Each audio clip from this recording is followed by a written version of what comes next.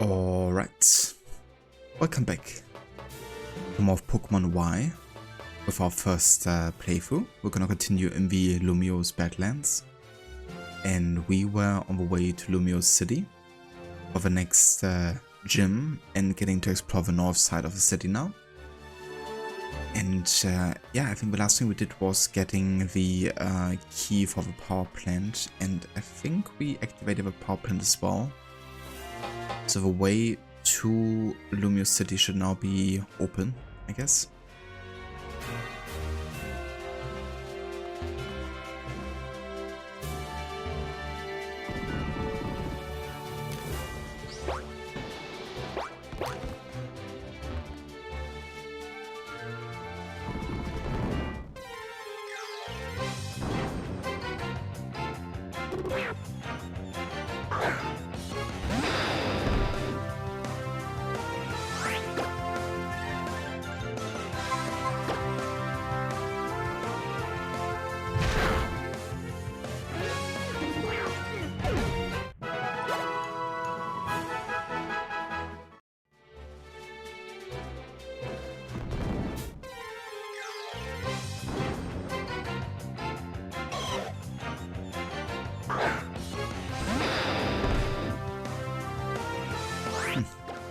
I haven't actually caught a Gaibo yet.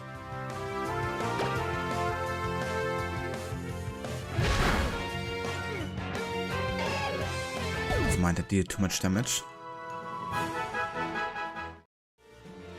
Let's maybe make a lower level Pokemon here our starter.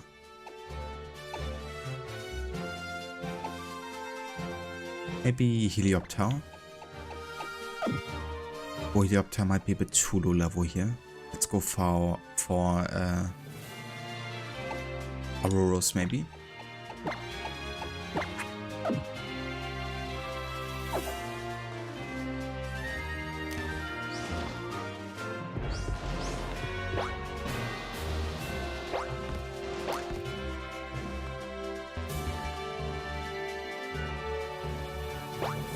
Oh dear. Gotta try this again. Was a bit too quick there.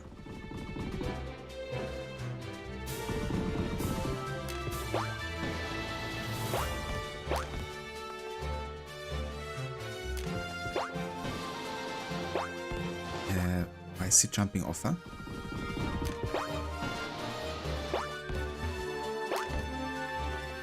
Okay.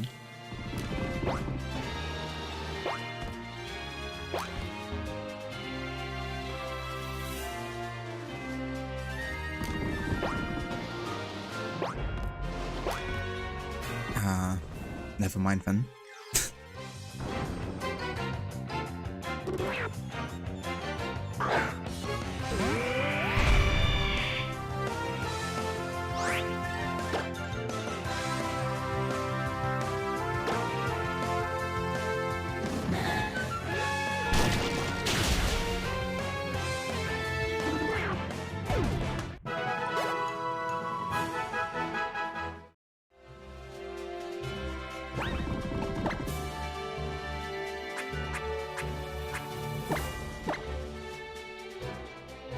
Okay, so we have to head to the right side here to get to Lumiose City.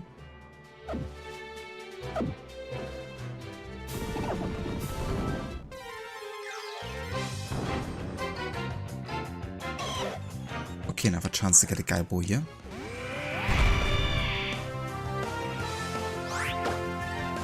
Let's actually start by using a quick ball. Hope we have it.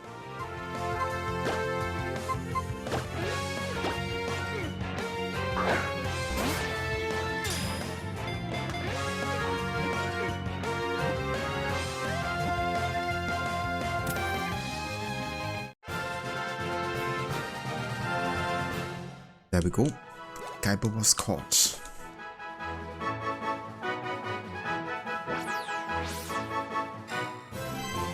Land Shark Pokemon, Ground and Dragon type. In essence, more horizontal holds in a cave wards. It pounces to catch prey that's straight to close.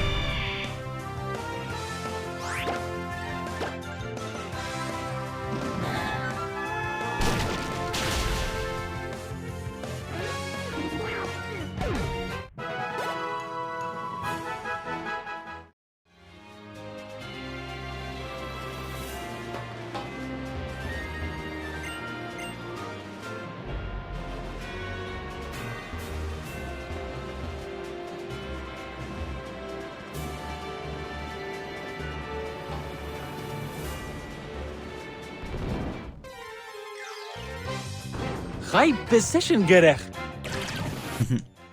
High precision gather. Welcome back, Casper.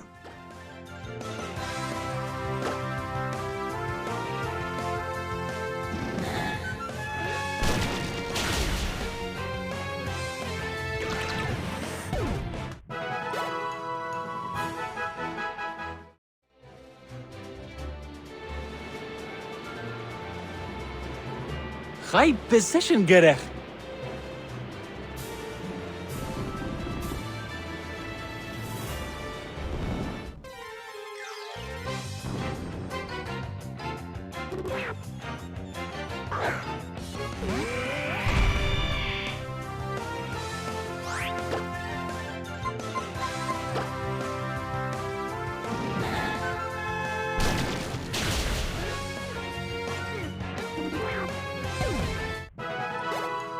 This time you won't miss the late night Pokemon stream.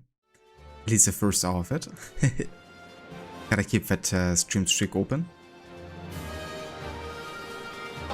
And then watch my internet have like a disconnect in an hour. And then me having to restart the stream or something.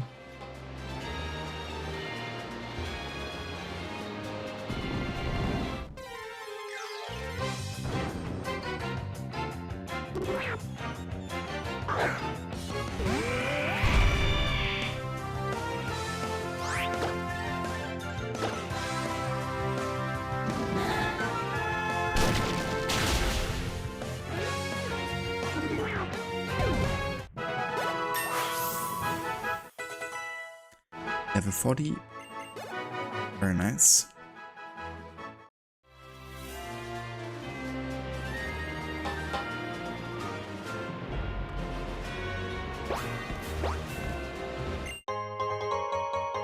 Flame plate. Okay. Probably something to boost fire attacks, I would assume.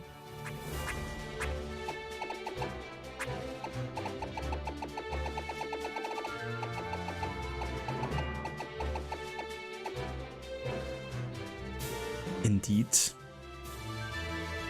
We could give this to Charizard. But it's of course holding the Charizardite Y, which is kind of like the Mega Evolution thing. So not really worth using.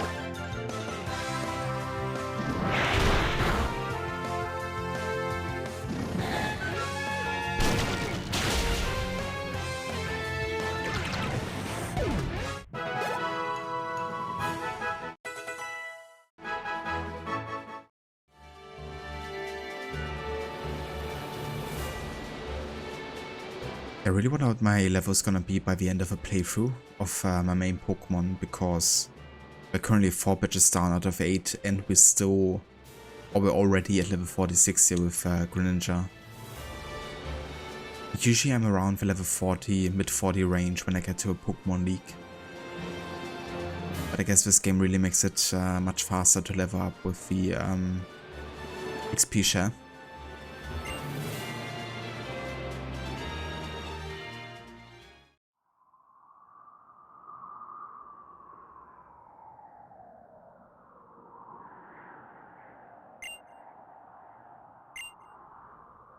The heck? That dude was large.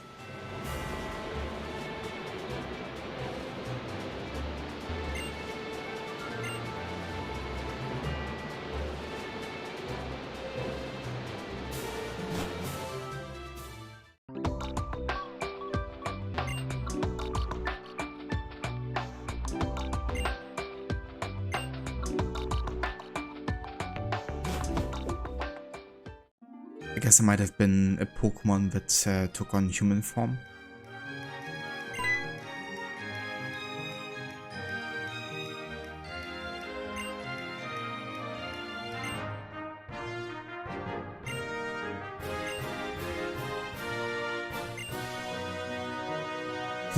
Who knows? Yeah, I'm gonna lie. Or at least not say it was me.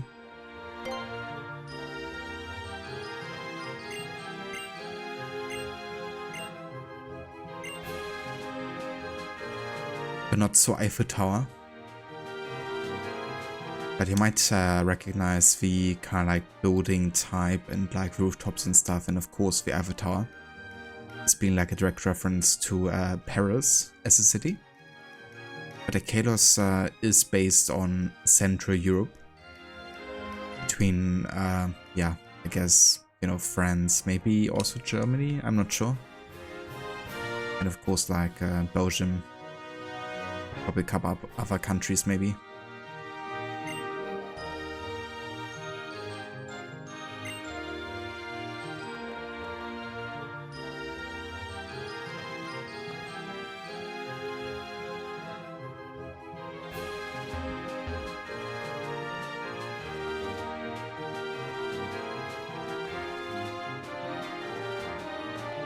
Team Flare is also here.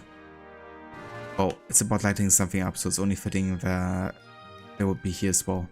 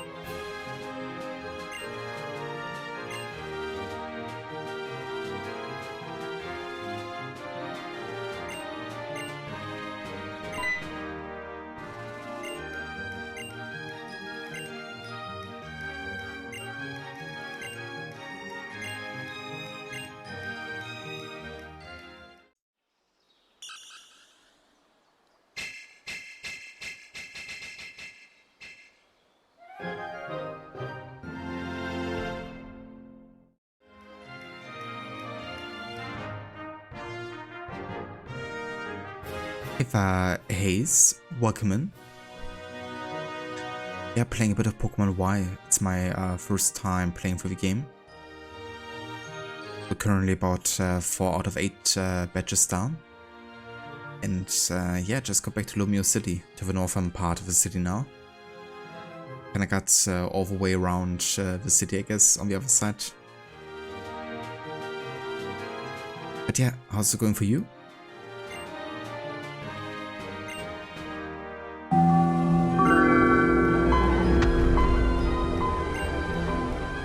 Thank you for the follow.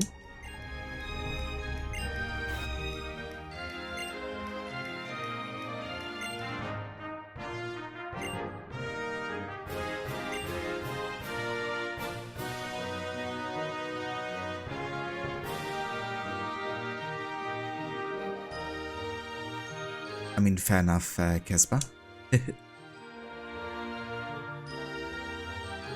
Definitely always appreciate you being here. No worries, Hayes. Thanks for dropping by and saying hello. And yeah, maybe catch another time. Probably gonna take me a while longer to get this game done. So, Lumiose City Gym.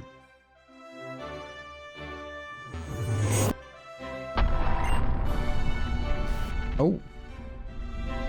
Hayes, coming in with a raid. Okay, honestly didn't expect that. I thought you were just like a regular viewer. But hey, Hayes, thank you so much for the raid. How's it going, everyone? Welcome in. Hey there, Luis Carlo. Also, hey there, Nashkey93. Welcome in. And Hayes, of course. How's it going? Did you also stream Pokemon Y?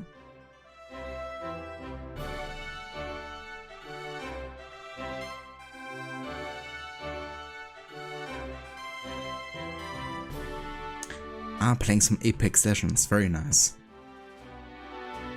How has that been going for you? Defend the fort, defend the brew, the raiding.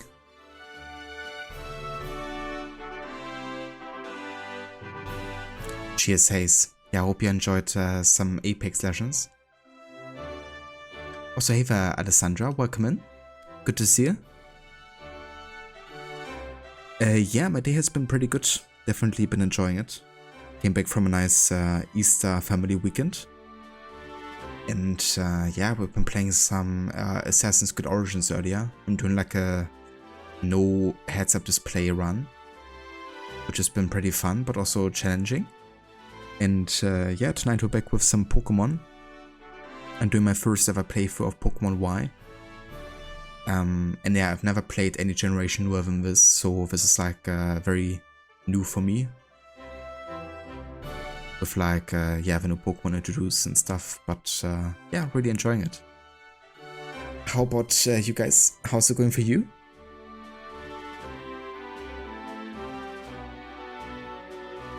What have you guys been up to?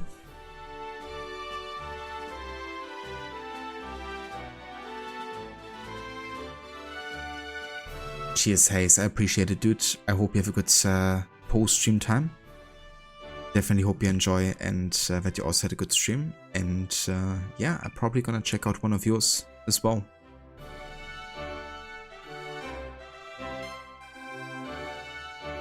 You're not too familiar with Pokemon. Looks like we're learning this one together. Fair enough, yeah. So have you never played any Pokemon before? Personally, I kinda grew up with Pokemon games. Up to like the second generation or so. Then I kinda like didn't really play anymore because I felt like I guess outgrown it a bit. But of course, in the past couple of years, there's been like another hype around Pokemon, and now with like the next generation, like my nephews and stuff are like getting back into it, like into the franchise. So in order to like get to like talk to them about it, I've kind of like started getting into Pokemon again and like learning about the newer generations. So I can maybe like teach them something. But yeah, it's been definitely a while since I've played any of these games.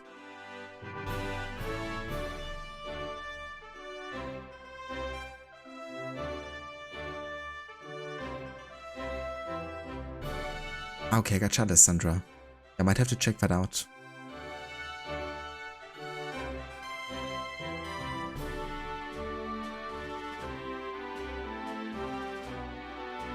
Awkward in your part, same poo, different toilet. I mean, that's good.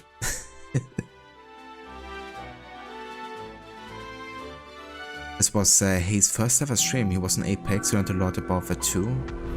Really need to broaden your gameplay. That is awesome. So first ever stream. Let me actually check out your channel and if you follow there. That's great that you also had like so many people already like, you know, watching you for first ever stream. That's amazing. Seems like it really went well for you.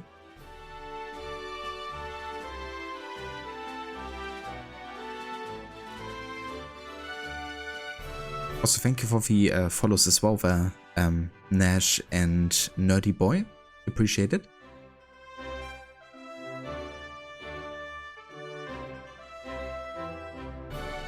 Okay, let's actually advance here with the gym for now. So we're fighting electric type Pokemon apparently. We have a lot of ground and rock types which should be effective against electricity.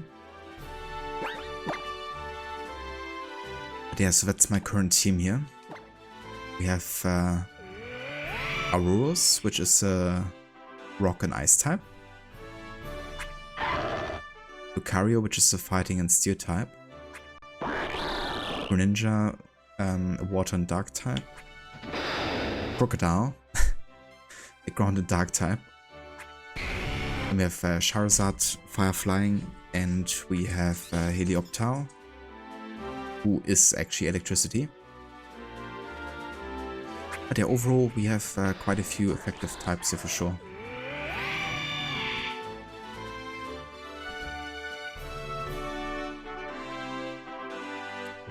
Alessandra, I've been playing PUBG a lot lately. Got so lucky last week with a M24 skin. Very nice. So is it like similar to Counter-Strike Global Offensive, where you like drop items that you can like sell for a higher price or something?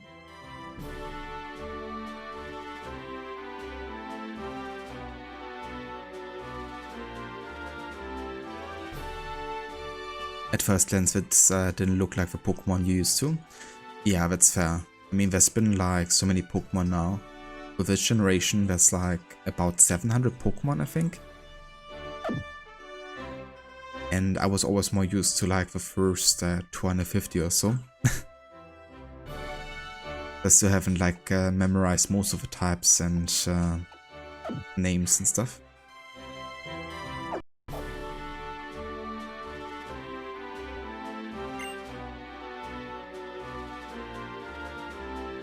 Yeah, have a good night, Hayes. Thanks again for the raid. And catch you next time.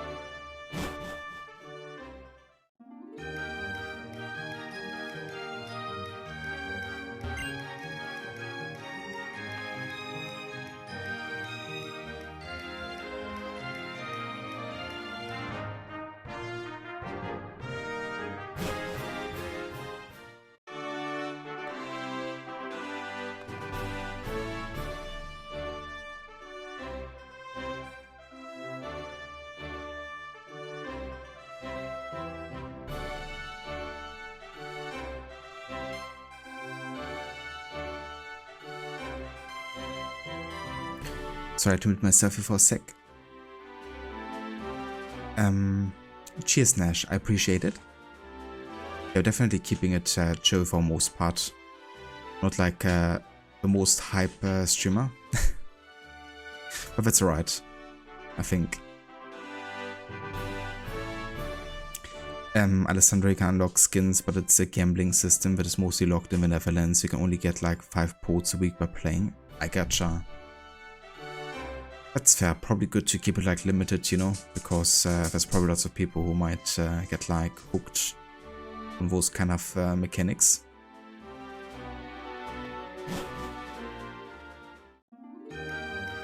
Okay, so this is supposed to be like a puzzle, right? So I assume like maybe I have to go for very specific entrances, or do I have to like just go here?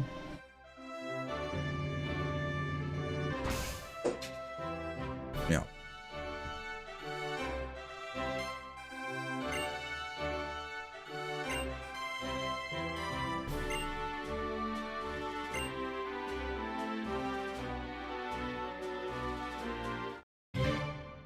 Okay, so question number 1.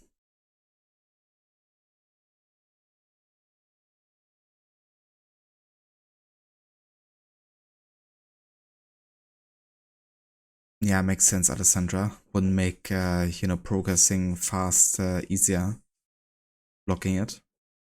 It's crazy how many games have kind of like adapted the whole battle pass system. Who's a Pokemon? I mean, that is a Pikachu.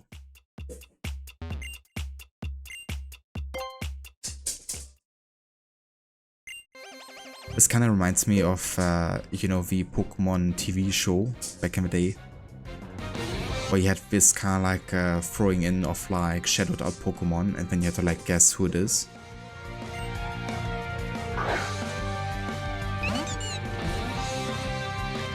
Exactly. Who's that Pokemon?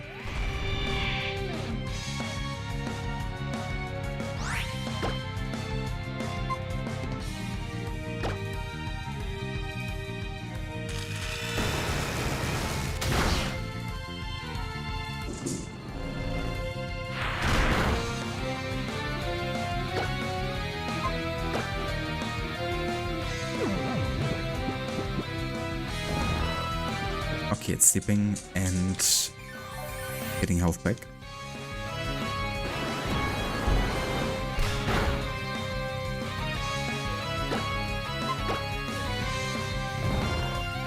Fair enough. Oh, snore. Okay, so can I take WoW asleep?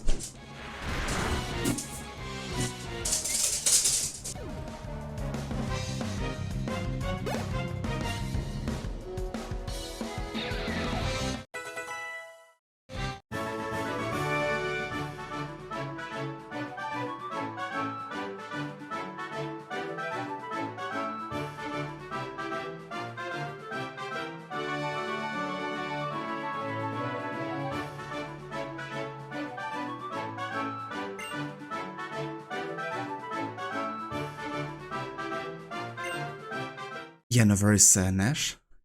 I don't think you missed anything, so it's all good.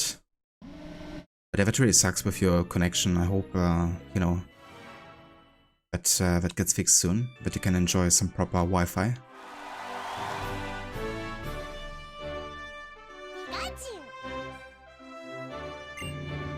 It's been pretty stormy here as well, but fortunately nothing to really affect any electric devices.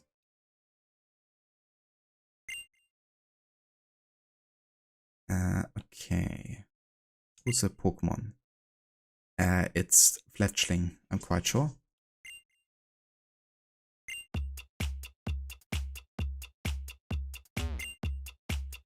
Internet has an attitude problem. Hate when that happens. But yeah, I've been there.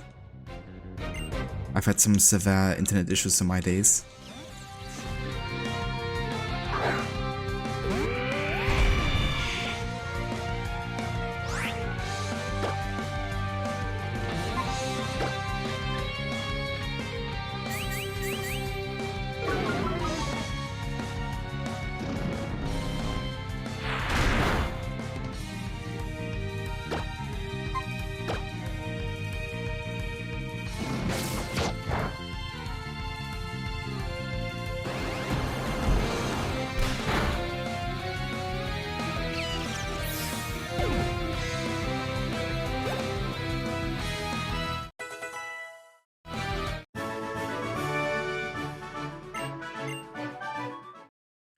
Very nice. Off to the next level. I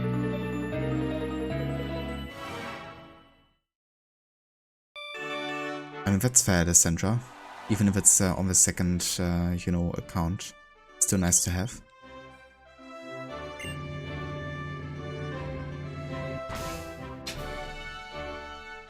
Alrighty, what's next?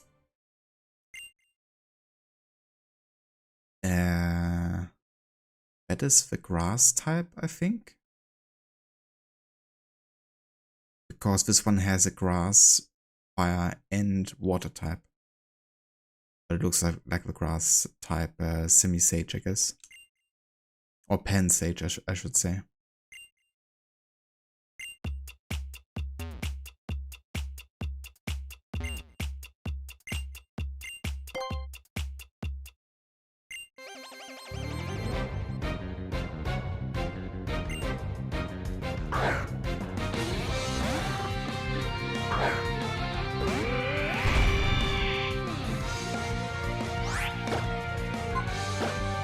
Didn't know that one. Oh, it's a water type and is infected by electric attack, yeah? Water type, of course, is good if you're also electric because it's kind of effective against ground and rock, both of which are immune. I mean, not immune, but less weak to electricity.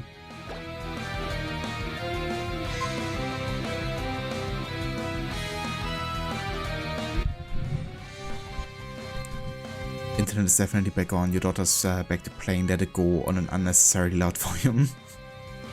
Oh dear. My thoughts are with you, Nash. Yeah, no worries. You take care of the kiddos.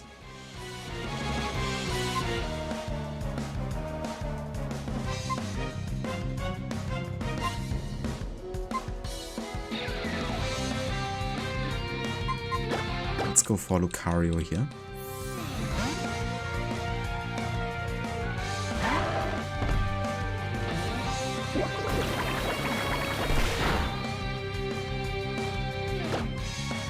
Let's go for Mega Evolution and then Bone Rush. Actually, let's go for Power Up Punch.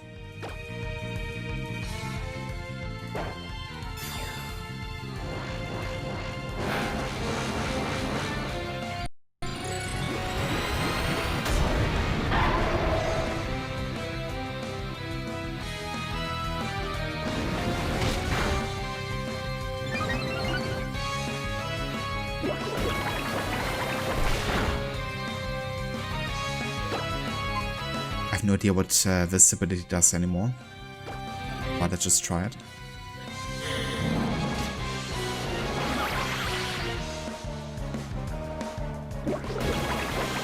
Okay.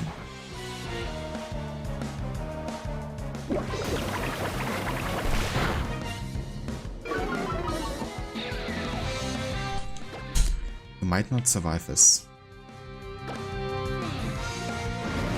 Okay. Still enough speed here.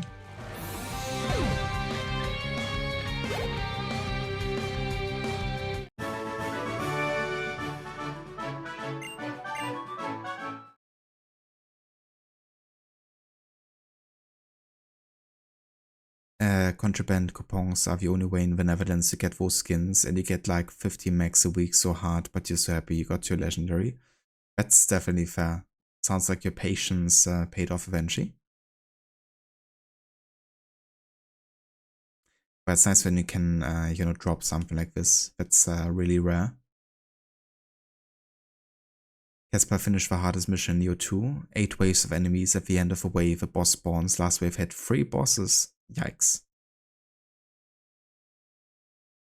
That brings me back to fighting with 3 bosses in Bloodborne, though I guess they were much easier than the ones you would have to fight, I would imagine.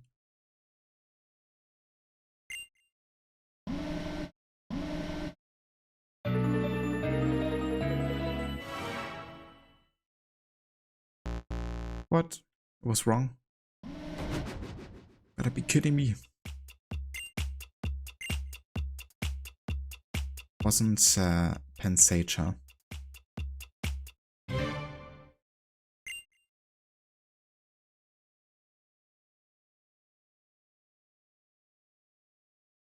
Is it Pansear?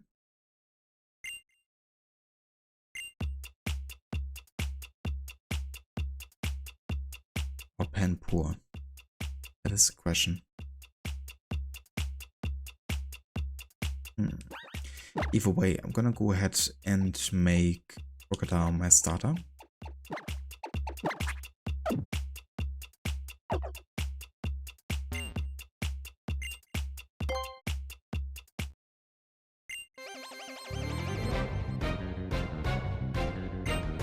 Technically, I should actually go ahead and purposefully choose the wrong options so I can like fight more enemies.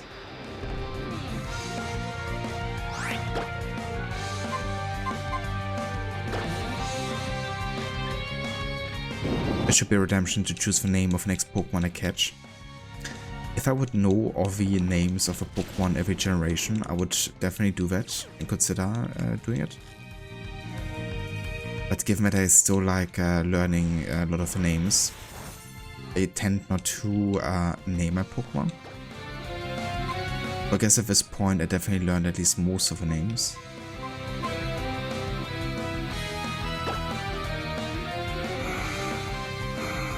I think there's like a nickname NPC in like every generation pretty much, where you can like go and change the name.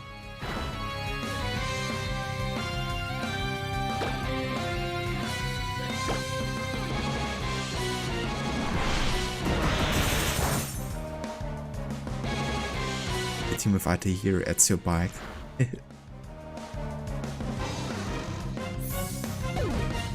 We could also have some really wacky names as well.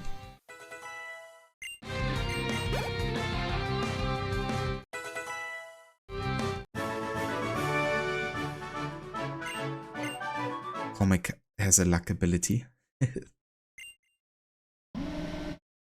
Makes his own luck, as we all know.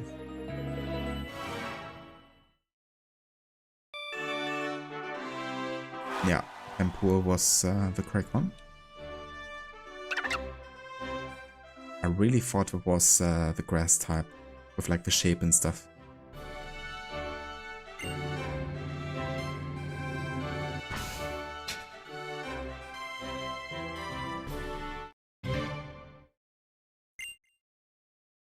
Okay.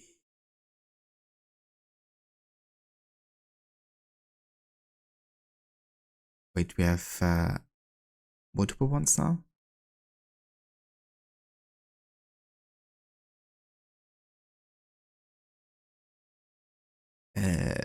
Pavilion. I think it is number 3. Definitely isn't number 1, because number 1 is Butterfree, or however it's called. I only know it as Medbo because I'm used to like having the first generation Pokemon in German. So here it's called Medbo, the first one.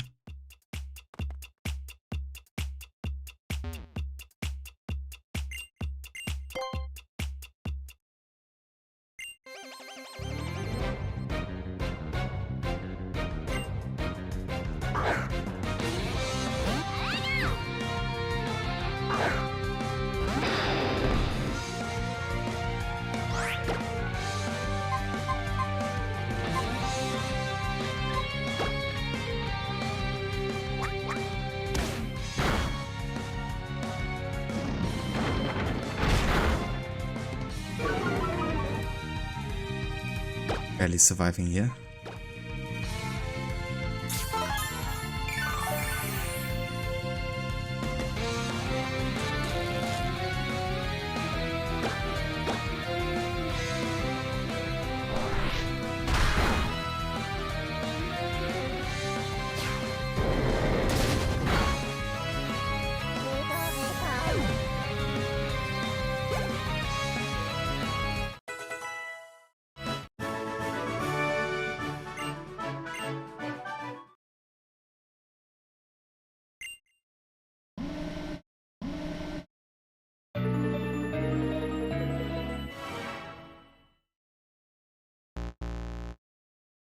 Wrong again.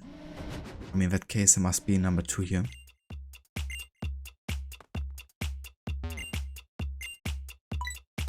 Actually, give me a sec here. I wanna hear the paralysis on my Crocodile.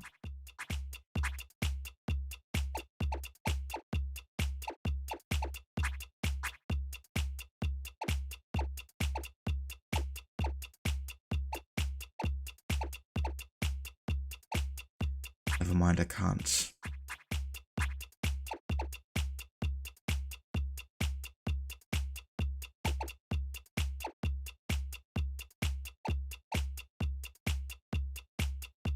We have a full restore, but that's not really necessary, I don't think, for now. Let's go ahead and make Greninja our starter. Even though it's a water type, I think we should be fine.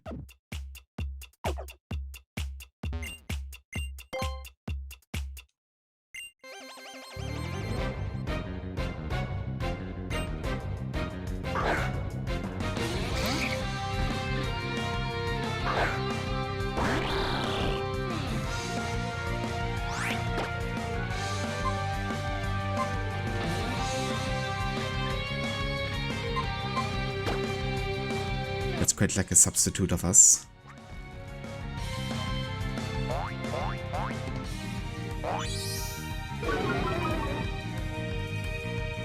Actually kinda like this ability.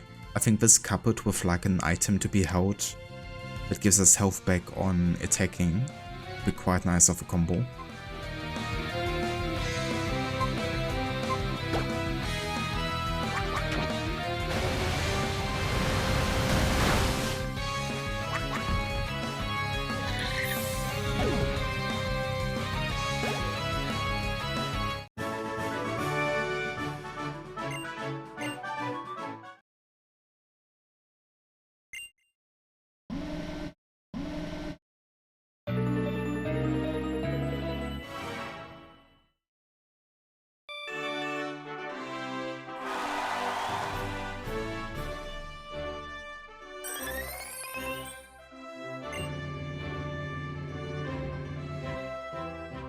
And there we are. Let's go ahead and have a save here.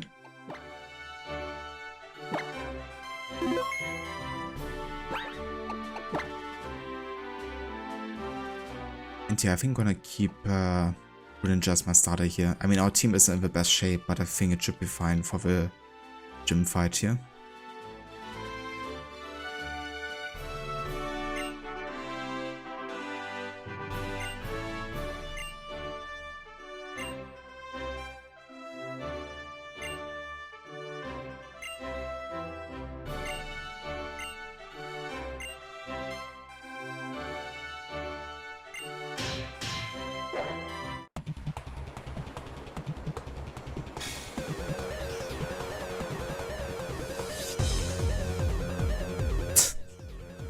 Those glasses.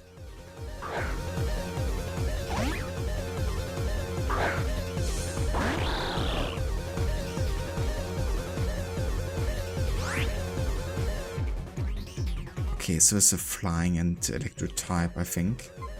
So Smackdown might be efficient here. I think I'm gonna still create a substitute of myself and then do the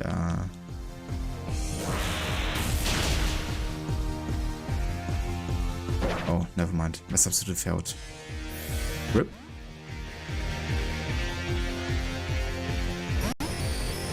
Ah, this time it's steel and electric. Let's go for surf.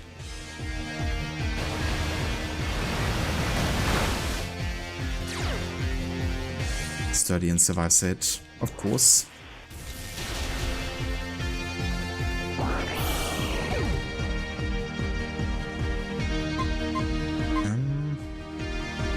Let's get Helioptile in here. It's probably gonna heal itself here. Let's have like a quick attack, which I do. Never mind. Hyper Potion still prioritize, of course.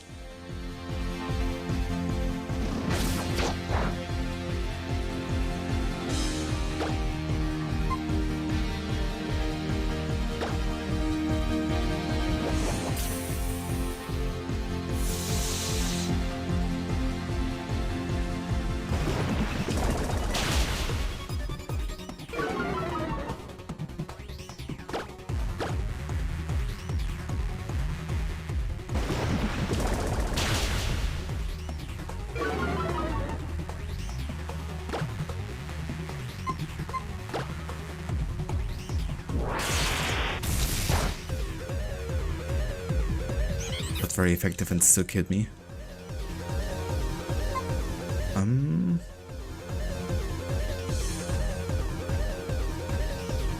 think I'm gonna go for Lucario and we're gonna full restore Crocodile, honestly.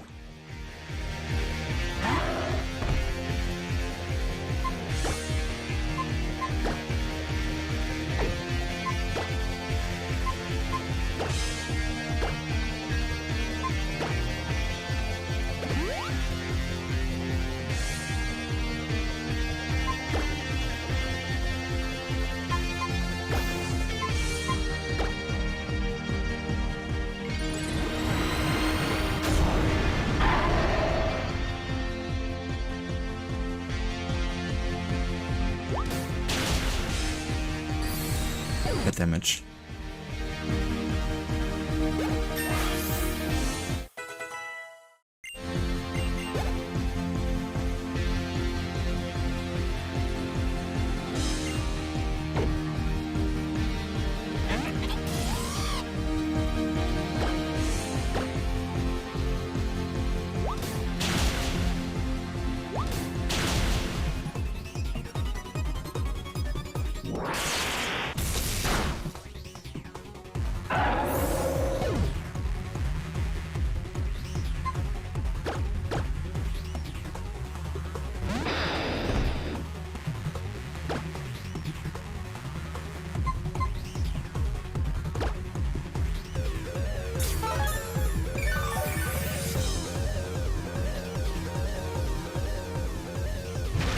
Rest in peace, Lucario.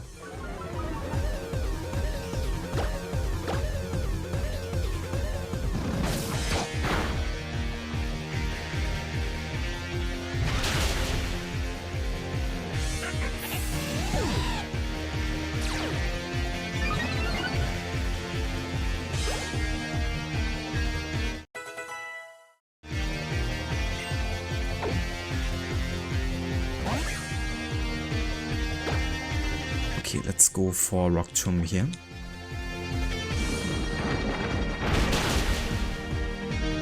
There we go.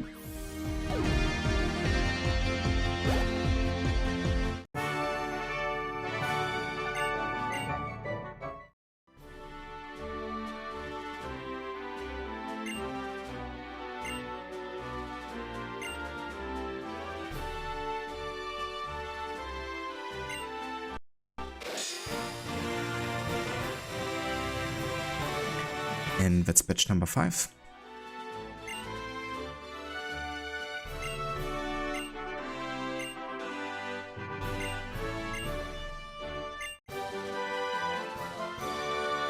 I mean, power of 90. Hopefully we can teach it to anyone that isn't electric type already. Because I feel like that is maybe like a bit of a weakness for us, are like water types. So having an electric type that's as powerful as that and always hits would be really good.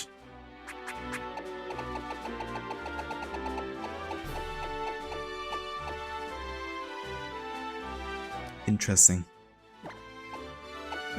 So Auroras can actually learn this.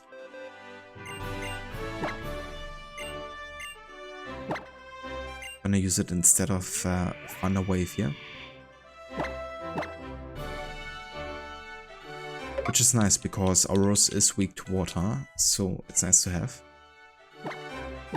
And we're also going to teach it to Helioptile here.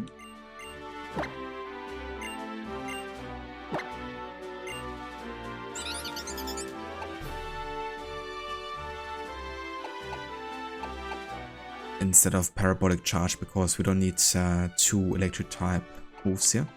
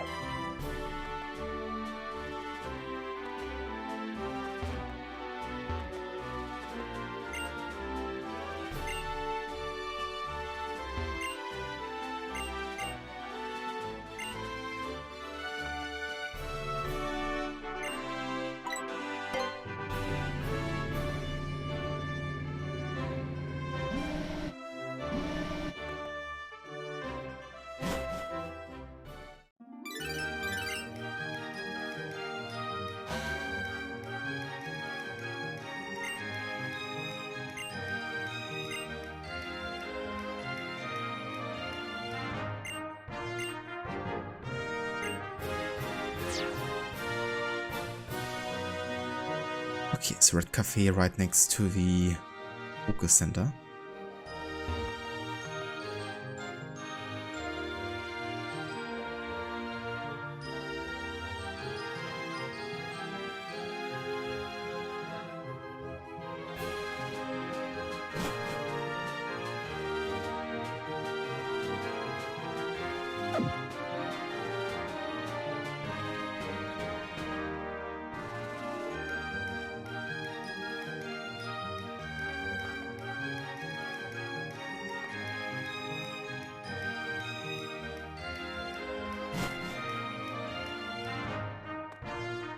The Lumiose station.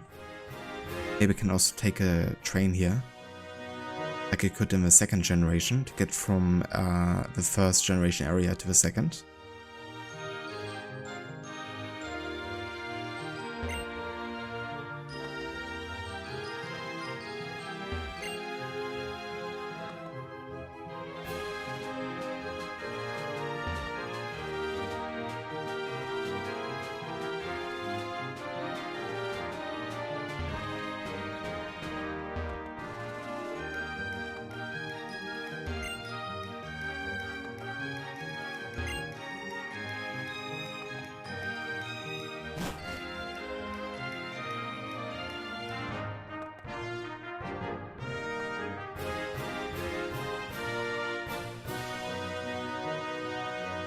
I wish you could kind of like move the camera yourself.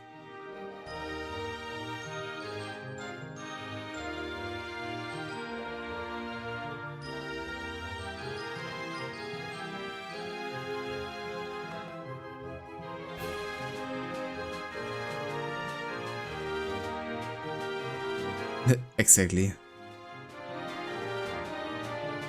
Yeah, in the first gens you just had like a phone and then became like a hologram. But a bit like futuristic, I guess you could say.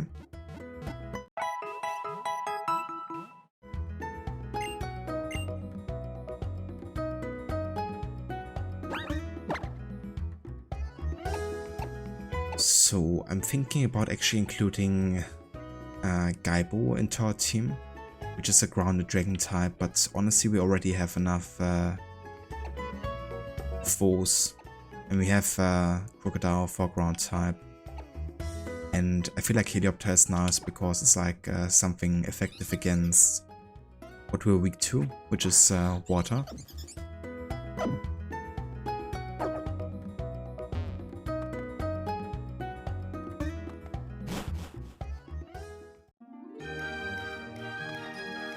Okay, so this is the Poké Center, and then we have... Please, can I move my camera? Is it possible?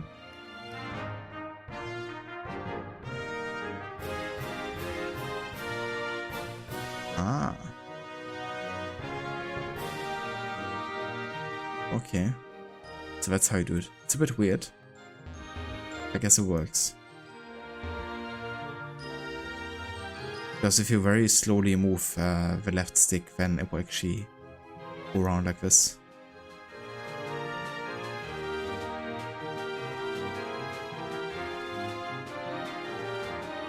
Yeah, so we have a Poké Center here, and he was talking about a Red Cafe nearby.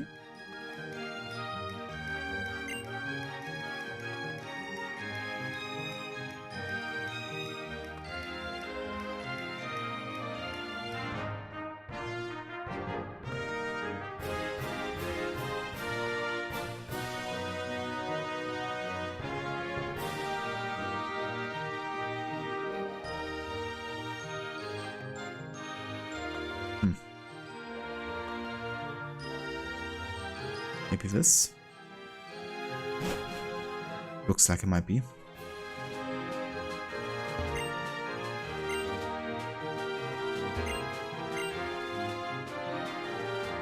I mean, there is a Red Cafe right next to it, but there's nobody here.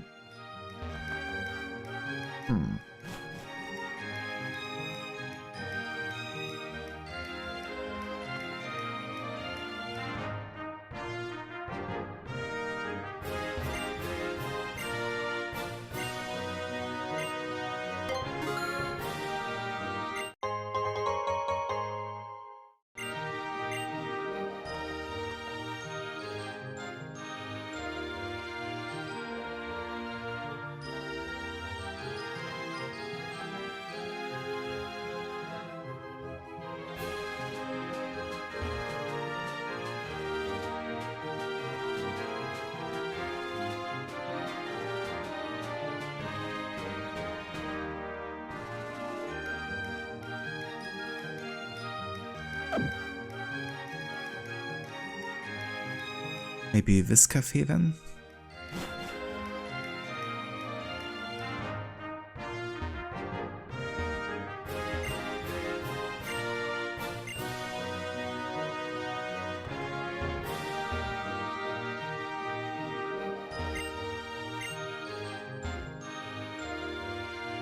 Maybe not.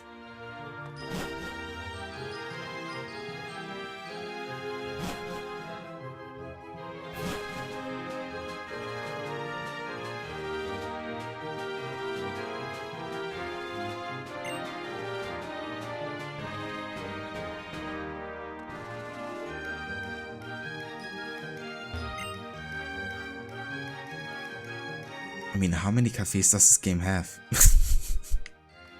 There was like one next to each other.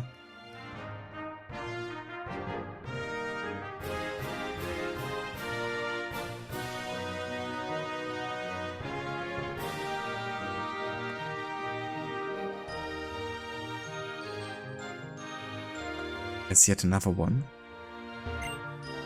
Cafe Kizuna. Jesus. Okay then.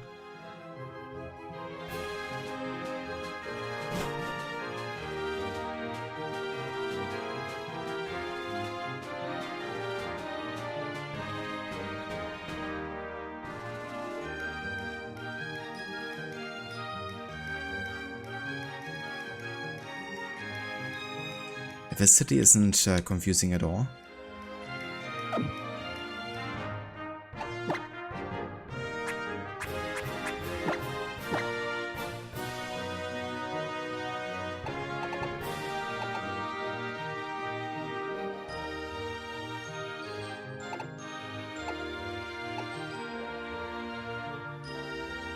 Yeah, we might just be talking about the poker center in the south of the city rather than north.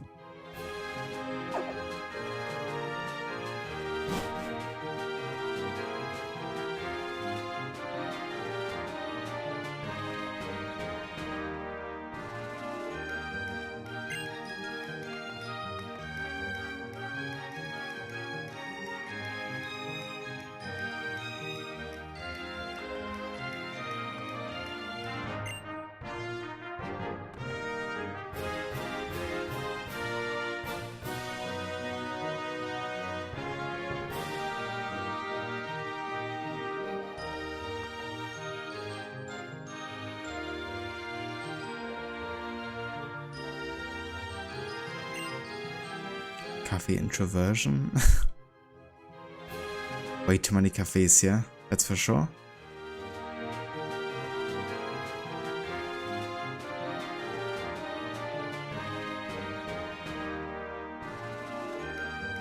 But yeah, that's another poker center here.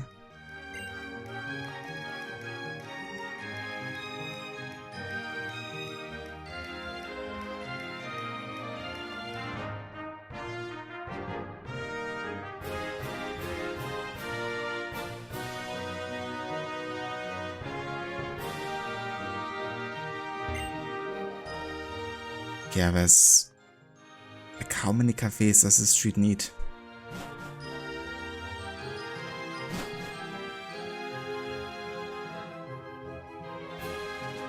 I just hope this isn't like necessary to find the dude.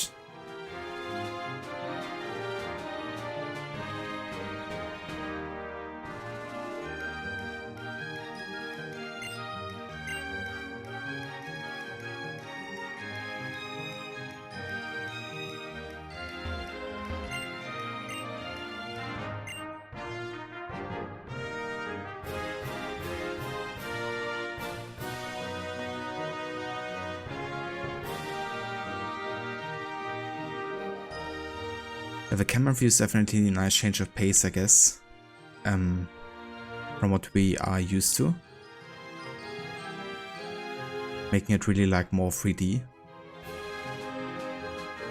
But yeah, with this game also releasing on Nintendo DS 3D, I think it was, I probably wanted to take it to the next level, if you will.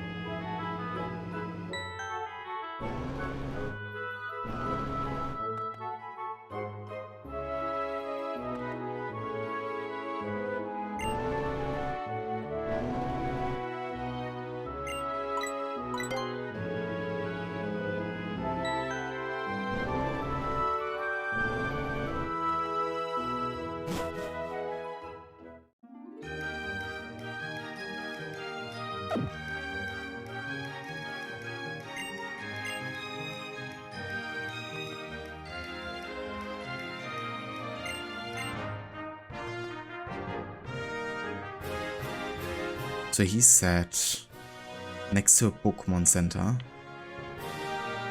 in a red cafe. It's called like Cafe de Cassandra or something like that. But there is none of these. Unless I really have to go into the street here right next to the Poké Center.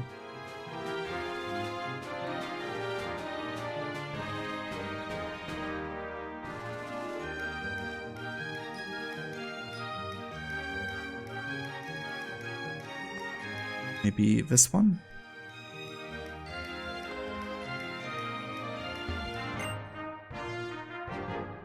Cafe Woof. Ah, Jesus Christ. How many cafes? Are you for real?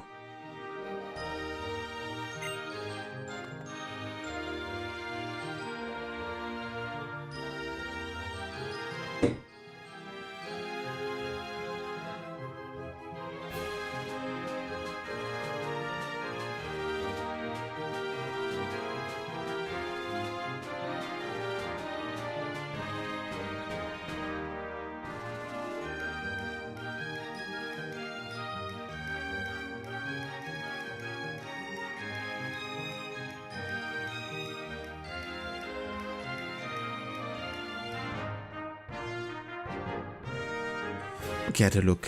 The cafe is supposed to be between Magenta Plaza and Autumnal Avenue.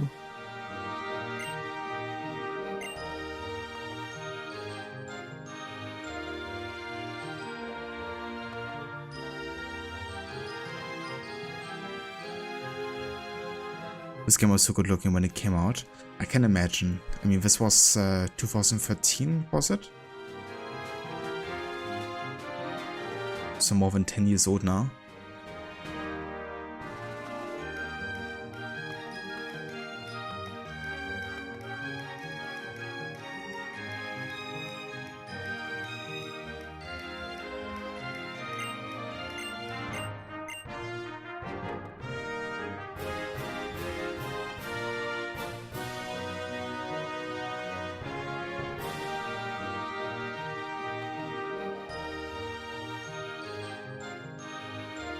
Okay, so here's Magenta Plaza.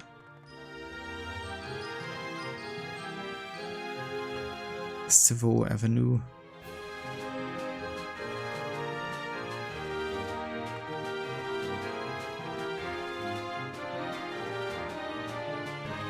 Autumnal Avenue. Okay. And maybe this? Yeah, that's the one. Okay, good.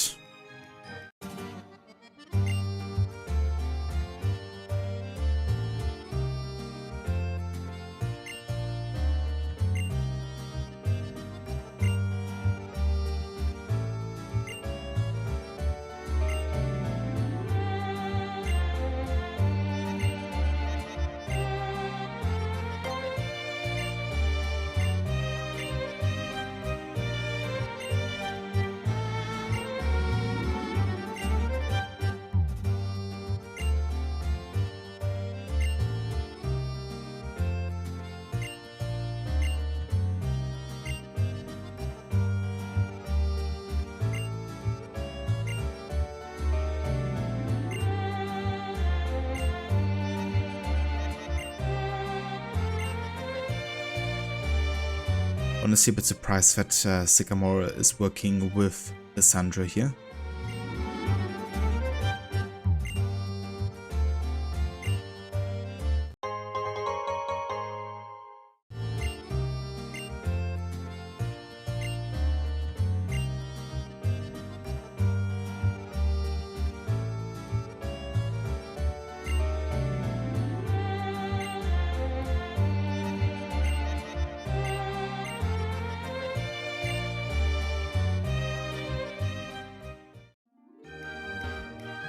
Okay, so we got the King's Stone or whatever. The King's Rock. When the holder successfully inflicts damage, the target may also flinch. I mean, that is pretty good. I feel like this might be good on Lucario, actually. But Lucario, of course, has the Mega Evolution Stone. Maybe Crocodile then? Eviolite. Raises both defense and special defense. I mean, it's pretty nice. Maybe I give it to Helioptile because it's a bit weaker.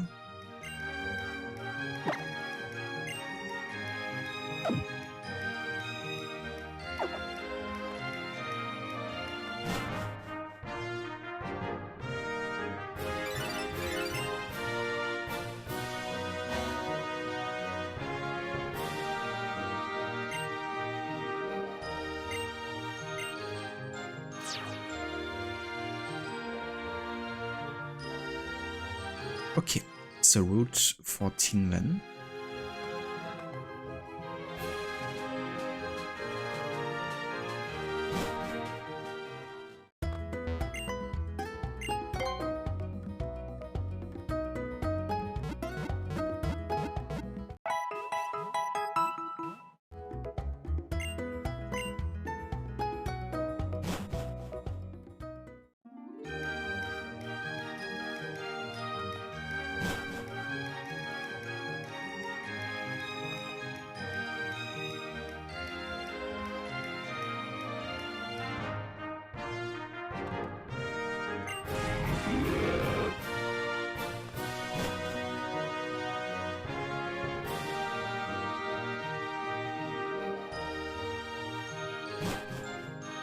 Here's the tomb of Osiris, motionless, motionless like Osiris, motionless, his limbs like Osiris.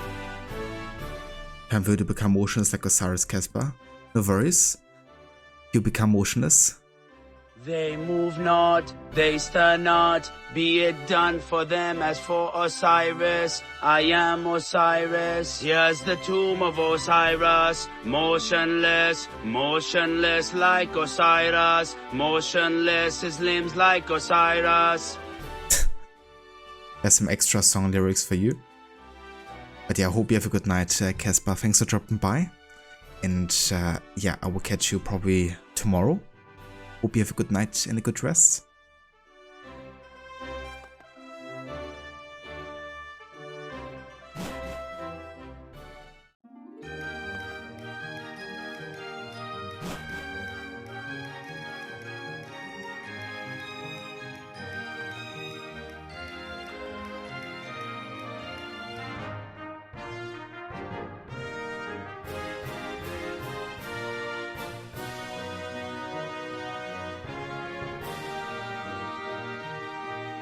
Okay, North Boulevard.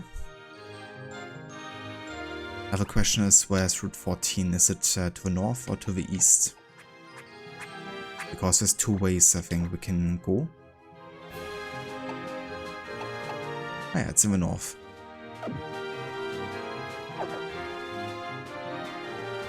So I guess over here.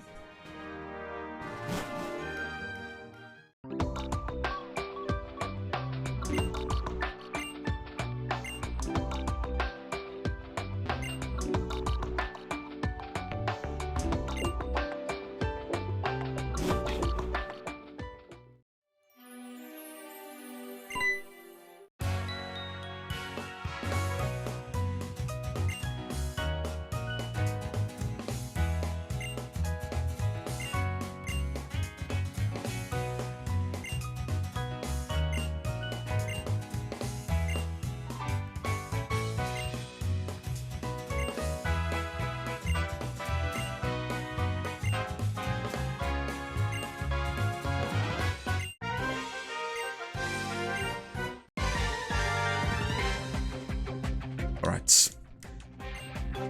Let's do this.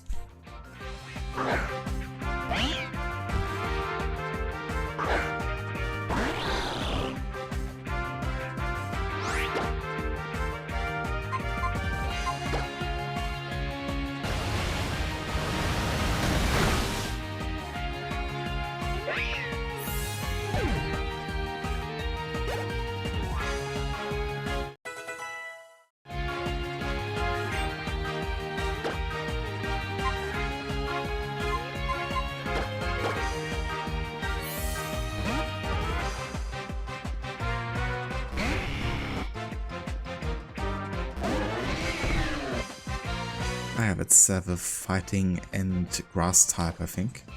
One of the starter evolutions.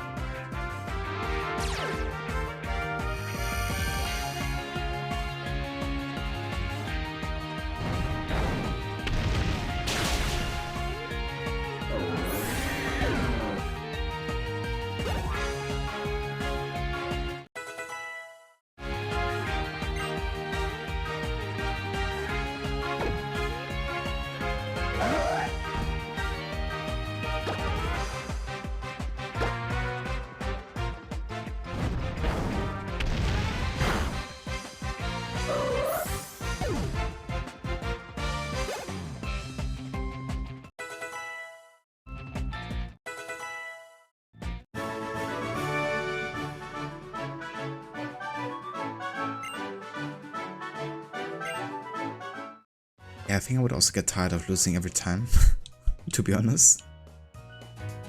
But I'm just way too overleveled right now.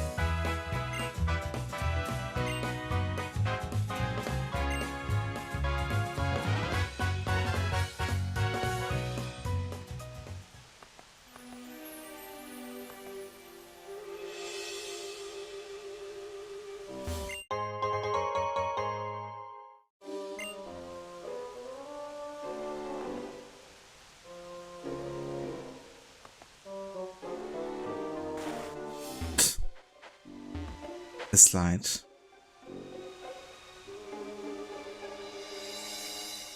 We are very scary here.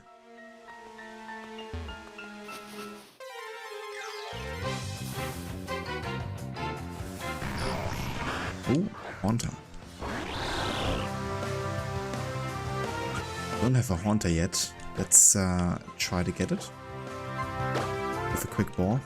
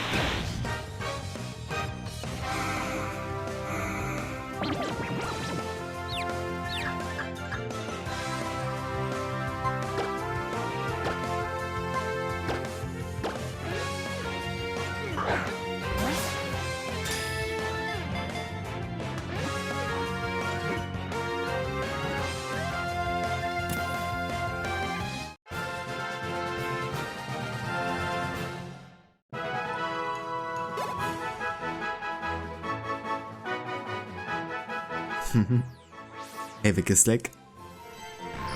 So far we are, but you know, the night is still young. It licks with its gaseous tongue to steal the victim's life force. It lurks in the darkness for prey.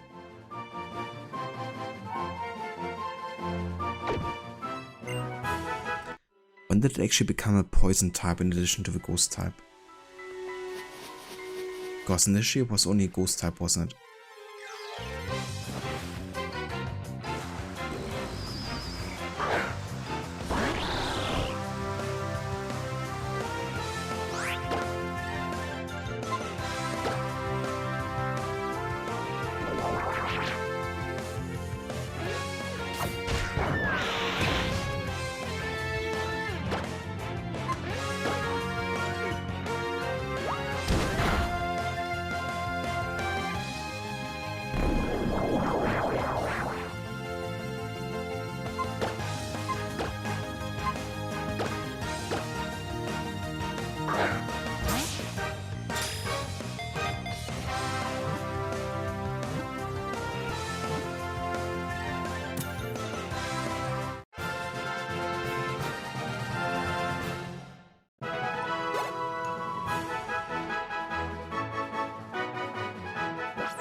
Stunfisk, a trap Pokemon. It conceals itself in the mud of the seashore, then it waits. When prey touch it, it delivers a jolt of electricity.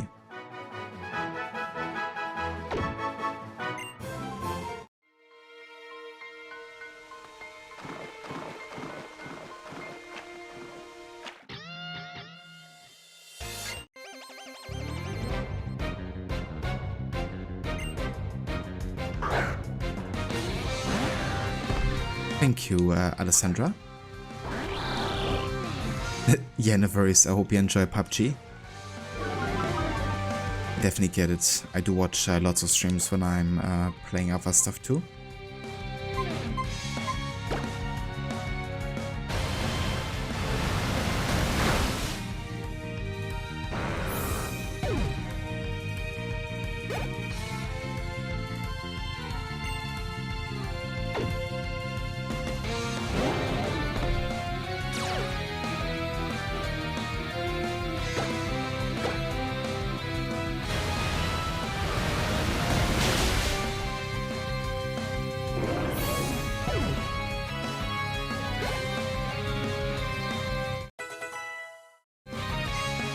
Ooh, Flamethrower. Let's go. Has a power of 90. It may also leave a burn. Flame Burst currently has a power of 70. It also damages Pokemon next to the target, but I mean multi-battles are pretty rare. So that's an easy change here.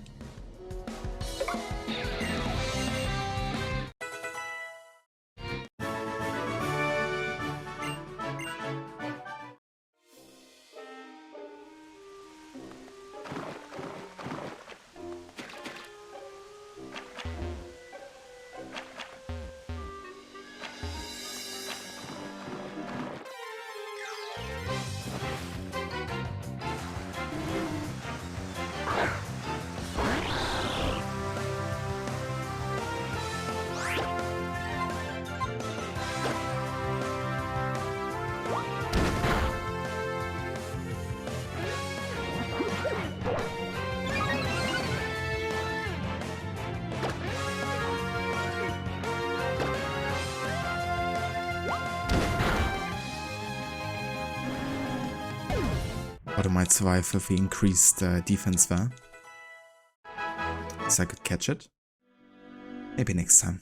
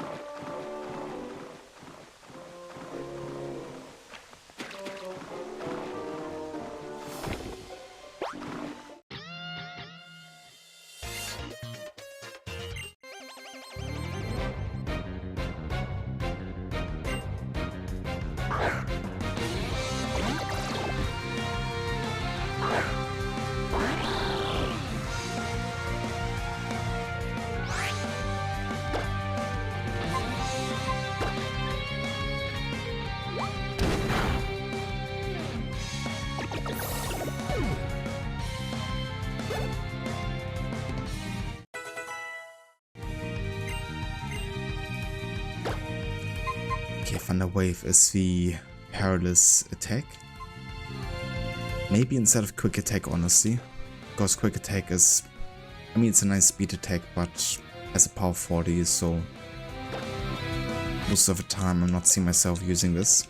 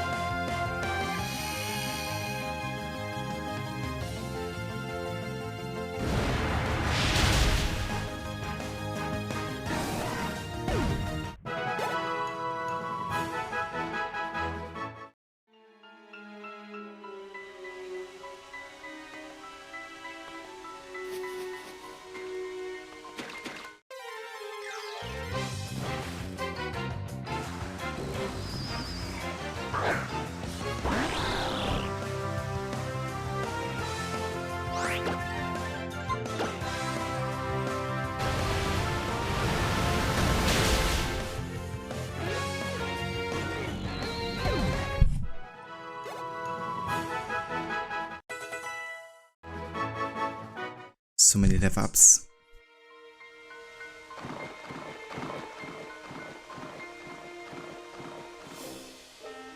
Just gonna patiently wait here for this dude.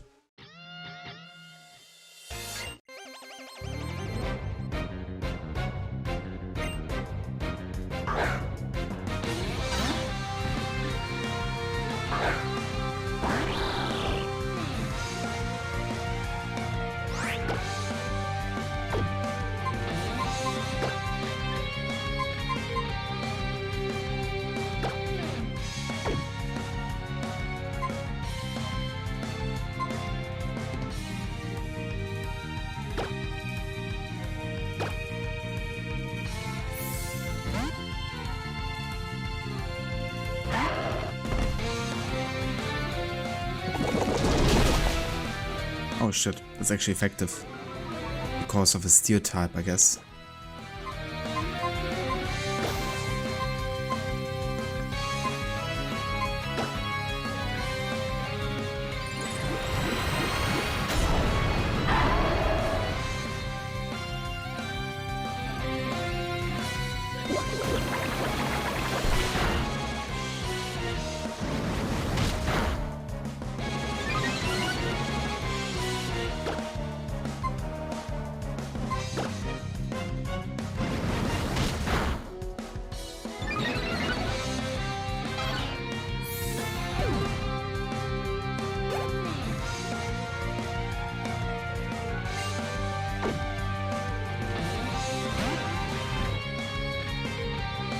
This is, I think, a Dragon and Ground or Dragon and Dark type, maybe? I'm not sure.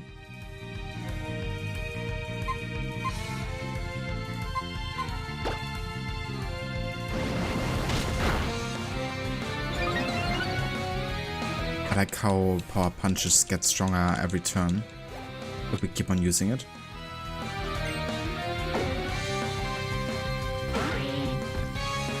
It's a bit like a Moxie effect.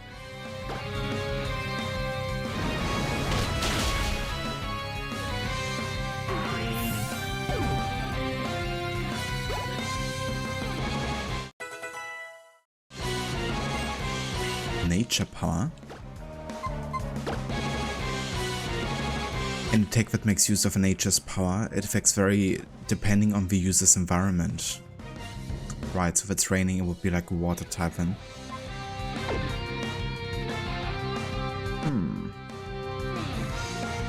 Maybe instead of round, just as like a fun ability to have. Why not?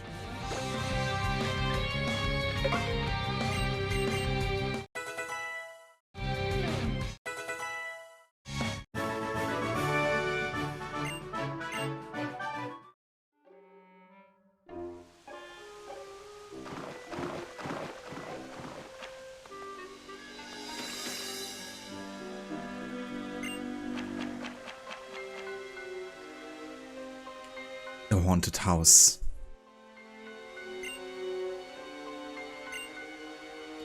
Then there's like a nice old lady living inside or something.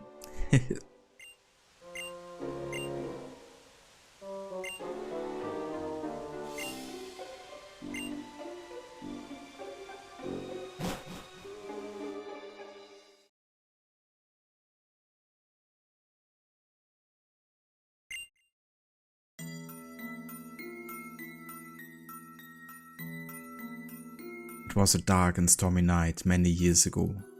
Lost, I arrived at this house and went inside. The lights wouldn't turn on, so I fearfully looked around the house. Eventually I made my way into the kitchen.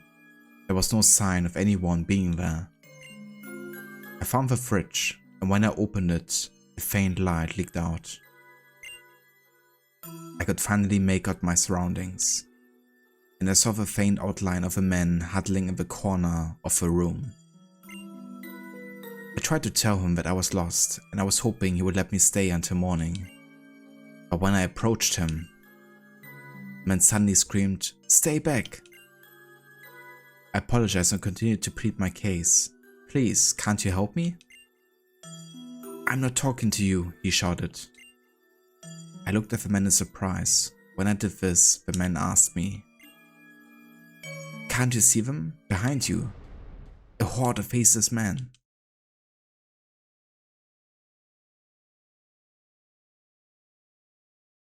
Now then, since I told a wonderful story that will always haunt you, would you be so kind as to tip me?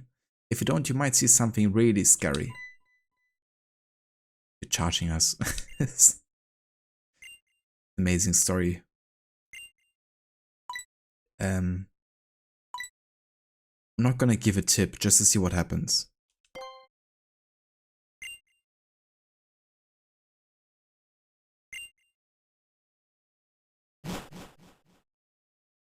He's just like scamming little children.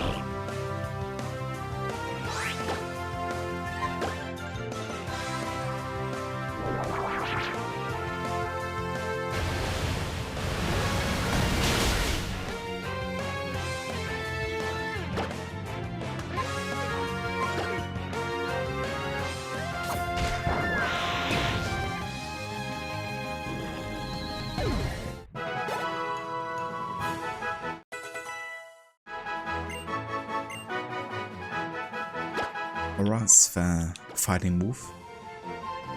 The user lets loose a blast of aura power from deep within its body at the target. This attack never misses.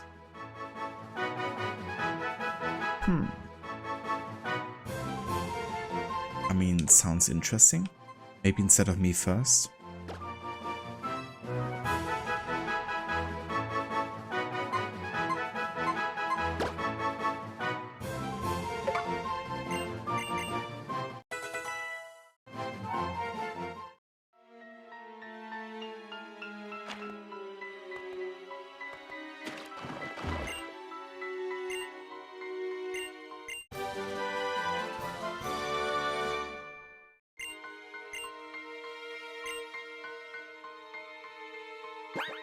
I mean, Toxic is actually a really good poison ability. Because I think it's like guaranteed to poison and it's like a really bad poison too. Actually, it's an accuracy of 90. But every Pokemon can use this, I think. Yeah. So that means it's like universally usable. Anyone can make use of it. Might even be interesting for Greninja, would fit into this whole like ninja vibe we got going. But what instead? Also, Schiller, welcome in, dude. How's it going? How was the rest of AC2 today with the no desync challenge? Did you manage not to desync in today's stream? Lucinda, welcome back. Thank you for coming in with a raid. I hope the rest of Mirage went well. How did you like the ending to the game? And also GG's on finishing Mirage and, you know, the AC marathon. It's been a long time coming, of course, you know, 11 months in the making. But yeah, GG's for sticking through with the games and getting them all done.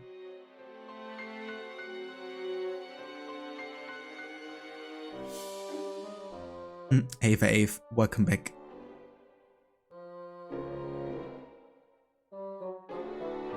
It was good you have made it to Venice today before you called it a day.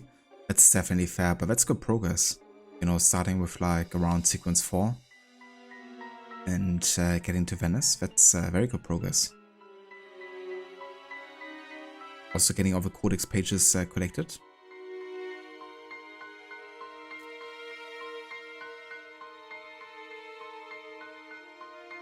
But yeah, that's also good you didn't end up desyncing anyway. But yeah, that whole DLC sequence with Florence and Savonarola is gonna be really difficult, I would imagine. You know, with like how many missions can desync you if you get detected.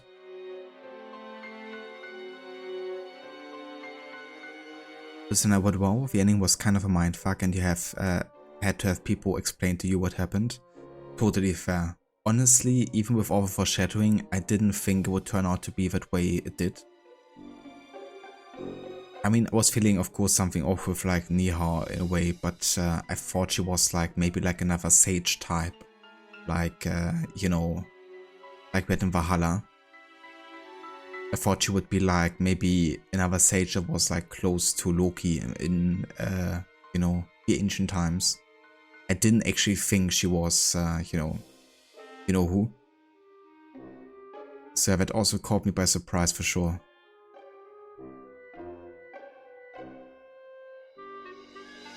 Oh yeah, I bet Ave. I mean, you were also earlier on my Origins stream quite a while ago. I went over to the Cinders and went back again, and then also Chillers.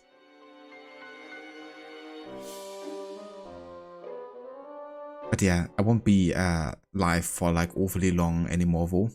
Only doing like a short Pokemon stream to do a bit more progress. For like another 20 minutes probably. I'm gonna do like 2 hours total. So my Twitch day is ending soon.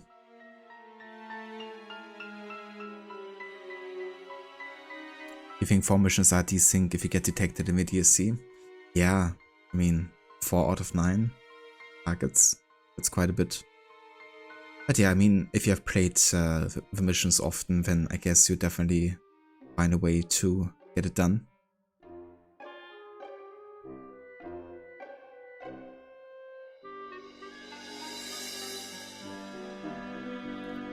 Shelley started before leaving Florence the first time, so you're happy with the progress. You almost desynced once, but you made it. Very nice.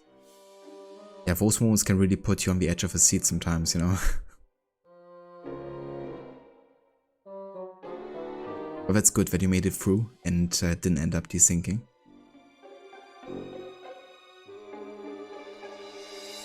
Your first thought was she was a sage at first too. You also learned a bit more about Valhalla that you had originally understood.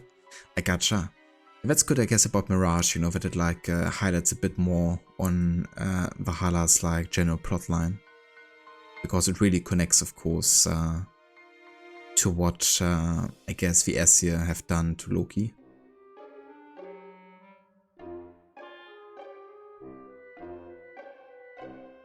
Chill, you promise Gistek an Alliance map speedrun, which ends in watching the Alliance map for 1 hour in the end. Amazing. That sounds like a good challenge.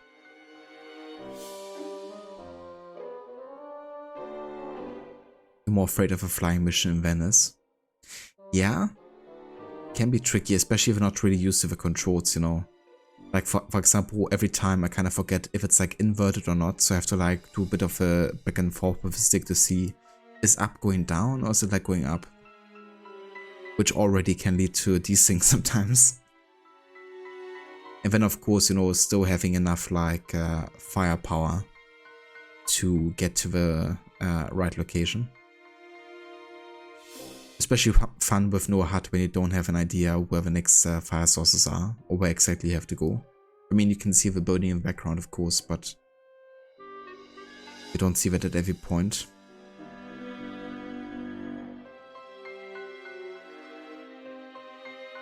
What time you take off a lizard? Making good progress, Ave. Kid for hyena earlier and now the lizard? Hell yeah. Catching up on me.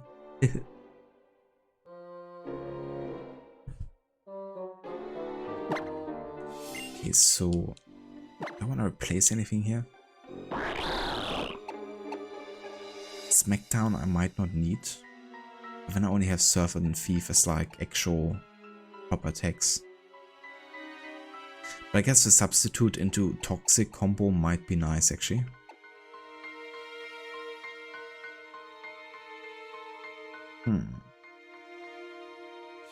I like the idea of kind of like playing him like a ninja, you know, so why not? And you can always like teach other abilities if you want to. That's a good thing with the TMs in this game, is that you can like teach them an infinite amount of times, so you don't have to like sacrifice anything. Unless of course it's an ability that you can only learn once with the Pokemon. I got you, listen, yeah.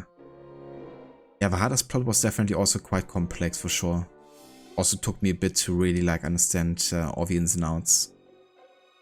What really helped also is the channel on YouTube called Access the Animus. They're doing like lots of like lore explanation videos, and that really opened my eyes also to some of the plot lines in Valhalla.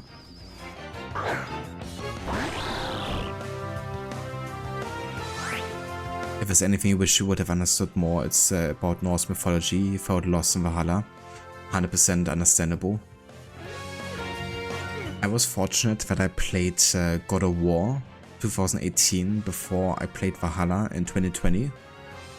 So that actually brought me a bit closer again to the Norse mythology, at least being like a bit more familiar with some of the gods and what they stand for, and like some of the relationships to each other.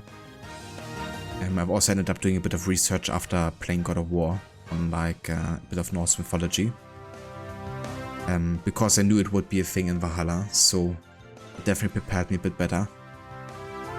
But yeah, also you're like really tied to the codex, I guess. Like the database in Valhalla, explaining some characters, but that's not always sufficient, of course.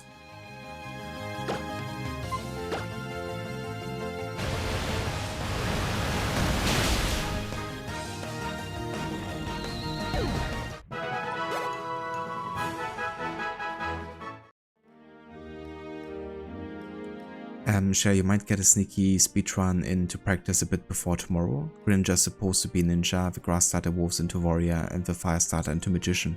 Ah, I didn't actually realize that was what they were going for, but makes sense. In that case, I'm really glad I went with a ninja, to be honest.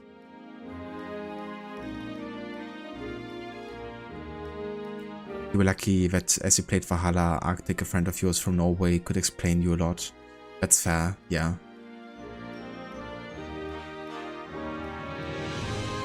I've definitely, like, playing Valhalla, I definitely read a lot into the mythologies because I really wanted to, like, learn more about it. Because it didn't really feel like I knew of it much when I started the game too.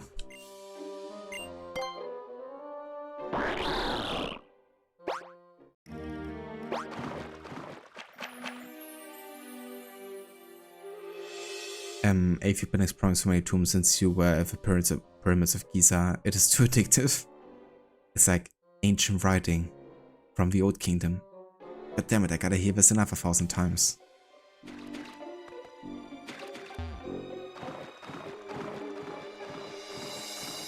Ancient writing from the Old Kingdom. Also, hey there, Sandy, welcome in.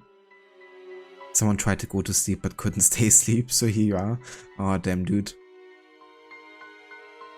Oh, when that happens, right, when you just wanna catch some sleep but you can't. But yeah, I hope that you feel tired enough soon that you can catch a bit of sleep for sure, dude. Or I guess if you're standing up already for the next day, that's of course fine too. But yeah, welcome back. I hope you're doing good otherwise though.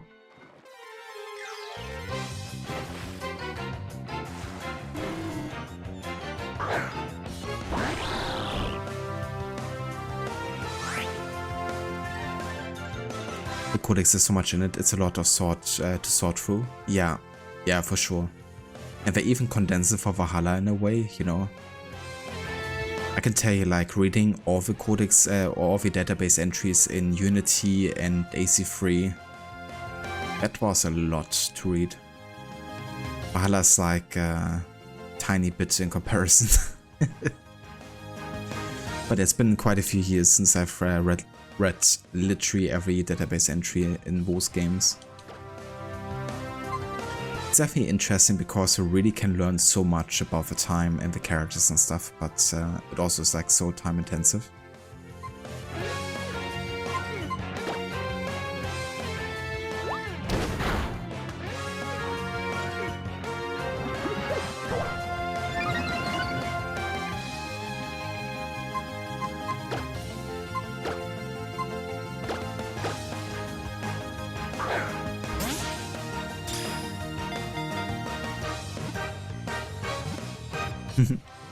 Sounds like a plan, Chiller.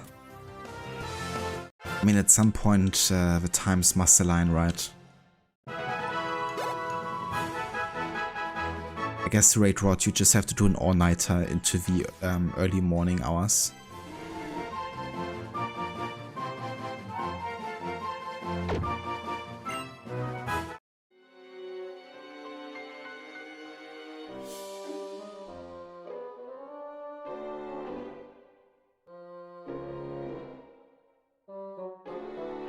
Rod, you decided to get some takeaway breakfast and a non-caffeine drink to hopefully help you get sleepy.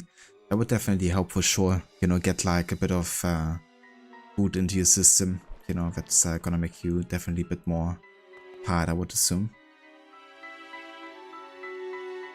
At least that's usually true for me, you know.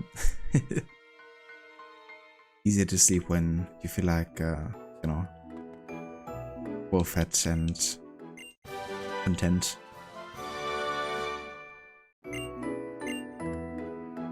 Ooh, a chai latte, that sounds very nice.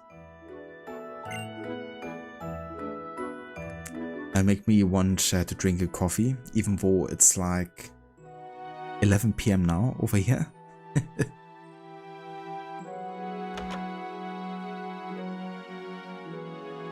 But yeah, we don't have any non-caffeine coffee though.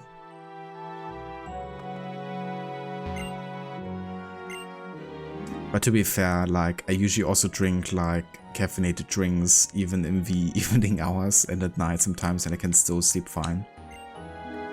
I guess I have this thing where I can like almost sleep in any situation. Like, I don't need a bed, I can like sleep in you know, a bus driving with like all the sounds on, and I will like sleep undisturbed. I guess Levy is a bit jealous of me because when we actually go to bed, I'm like literally asleep in like 5 to 10 minutes. And she's like lying there sometimes for like 1 hour, 2 hours before she actually can fall asleep. Makes me feel bad sometimes.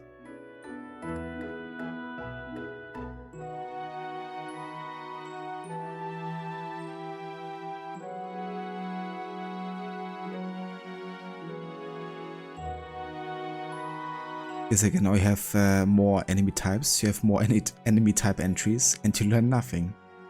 Seems like a good deal, isn't it?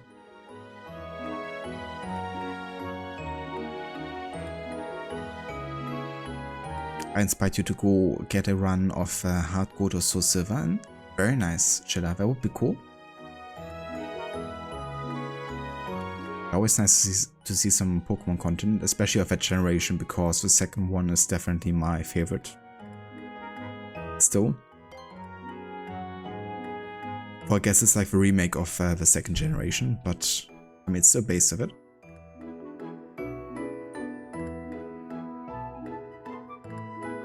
Speedrunning sleep, pretty much, yeah. Necro falls asleep fast too. Why do the snorers always fall asleep first? Yeah, unfortunately, I can also snore sometimes. I mean, I usually don't snore on the regular. But if I'm lying on my back, or I guess if I kind of have to deal with in a sniffy nose or something, then it can definitely happen.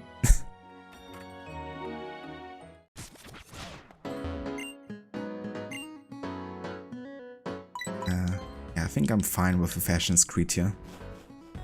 I don't mind my current style. Plus, I don't really play Pokemon games to change my clothing. I really don't care about the way I look in Pokemon games.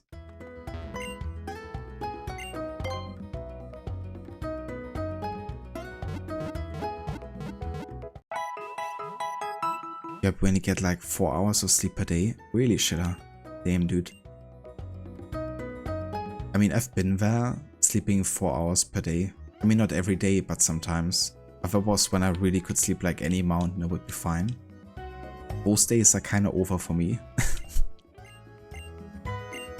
Like, if I have less than 5.5 hours of sleep, then I would be tired quite a bit for the day, I think.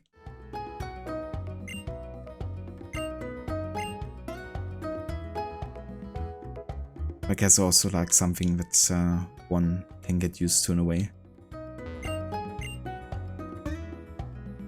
But yeah, do you purposefully sleep 4 hours, Shilla? Or is it something where you can't really get more sleep in? No tip for you.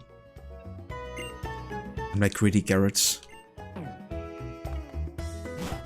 don't give you any money for free. See you, chump.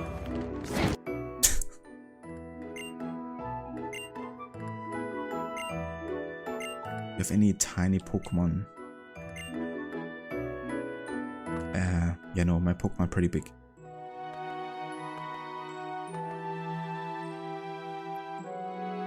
Lieutenant Necro always falls asleep on his back. When he starts snoring, you turn over, which makes him turn over, which reduces it. I mean, you gotta find the tactic. I mean, sometimes Levi just pushes me away a bit, and then I also like move unconsciously, and then I usually stop. Gotta find the ways of like getting it to stop, I guess.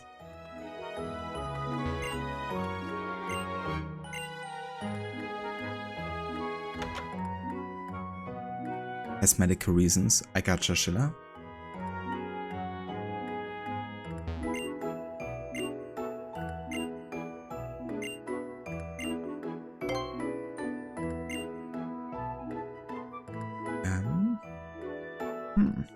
So Charizard and Greninja can learn a move here. Let's have a look what Charizard can learn. Fire Pledge. So that's the power of 80. Column of Fire hits the target. When used with its grass equivalent, its damage increases and the vast sea of fire appears. Well, we have a flamethrower, so that's kinda better. So we don't really need this right now. But we can have a look what we can learn with Greninja.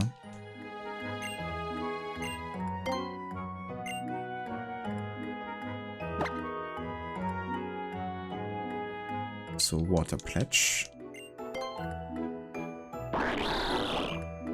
Again, power of 80. Currently we have Surf, which is a power of 90, so that's kinda better as well.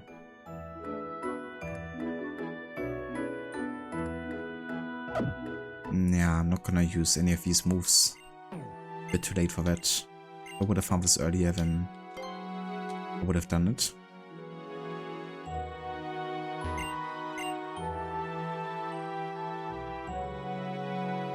If your plugs, turn on your side and put one in, but to be fair, you're very sensitive to noise, you sleep in complete silence and darkness. I gotcha. Yeah, that definitely would make it easier, I guess.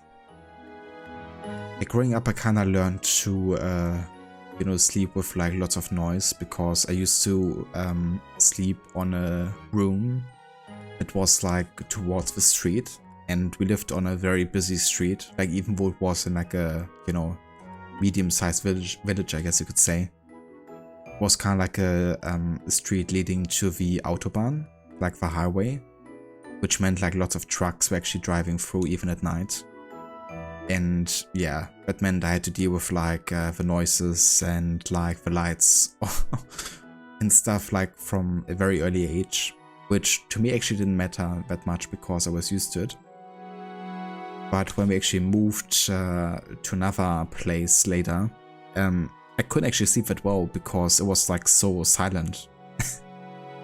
Because it was like really like far off, and you know, like no like traffic whatsoever. And then I actually had trouble sleeping because I needed like the sounds to like be able to sleep proper. It's so funny sometimes how your brain gets like used to certain things.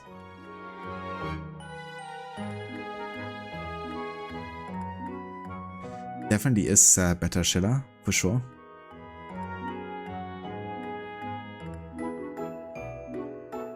It's hard to believe for you considering that you lived next door to a train track at one point when you were a teenager, but that was a long time ago.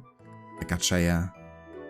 So did you have trouble sleeping there, or is it something you also got used to?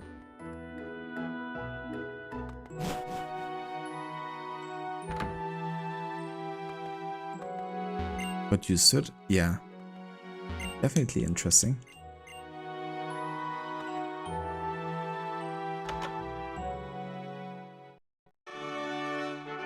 Oh, the next gym already?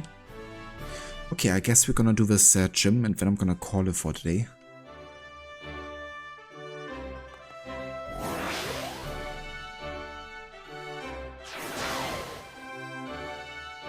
It's a bit like the psychic gym from the second generation, I think. We also have the teleporters. Not the teleporters.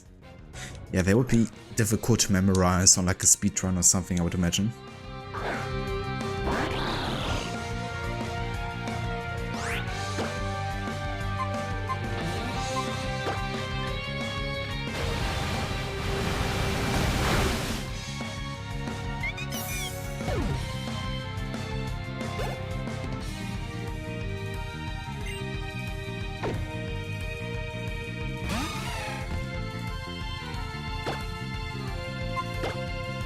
Thief!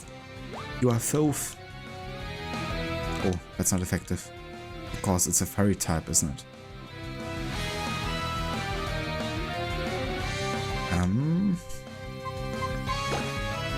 I could be wrong, but I think Steel is good against fairy? But then again, we don't have any Steel type attack. I mean, it is also water. So let's just go for a Helioptile. Over here, asshole.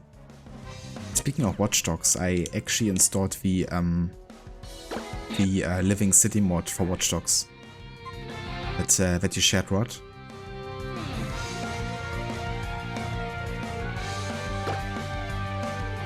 Get like a short look into it, and yeah, honestly, it looks really cool. With how much additional content it's gonna like be adding. There's also like some additional restricted areas and stuff.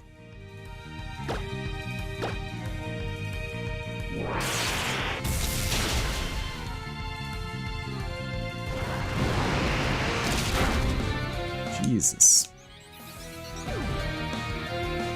Rest in peace, Helioptile. But nobody gets the... Okay, never mind. I still get the XP. Extra sensory. User attacks with an odd unstable power. This may also make the target flinch. Psychic attack with 80 power? That's really good.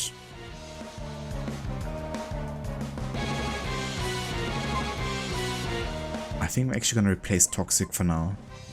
Because we can always teach Toxic anytime again. It's like a placeholder.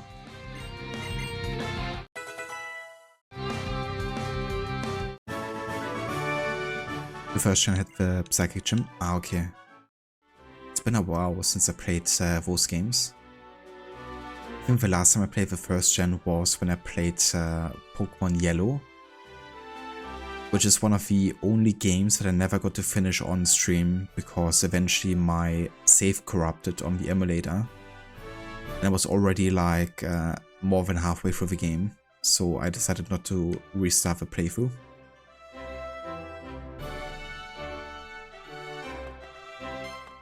I used to play the blue and red version a lot as a kid actually.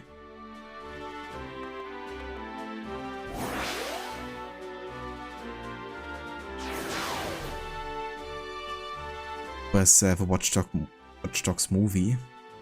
Yeah, the question is, are we even gonna get like another Watch Dogs game in the future, you know? Because there have been like pretty much radio silence for the most part.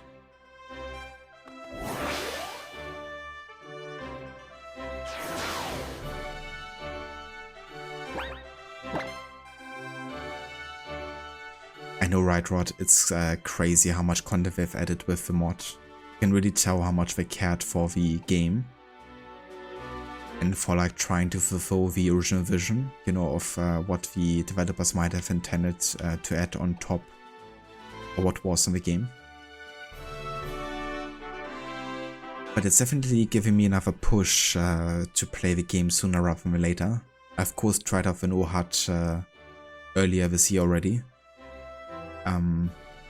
But yeah, now with that additional content and then playing No Hut, it might actually lead to some really interesting situations. Because I will be able to encounter like locations and situations I've never seen before in the game. Which might make it feel a bit fresher even.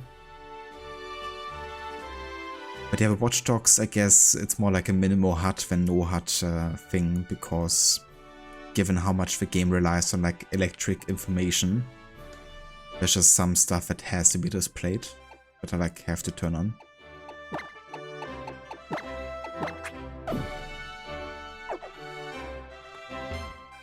But yeah, it's still gonna be nice to like have a bit more of an immersive experience.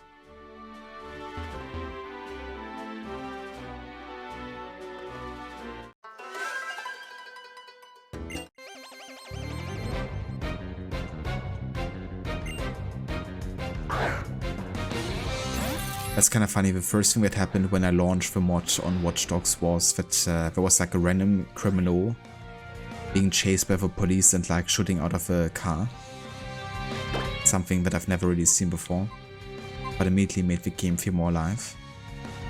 My first thought was actually that it was like an online player invading me and being chased by the police somehow. But yeah, wasn't quite the case.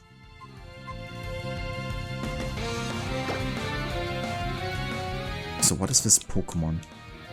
Like a bunch of keys?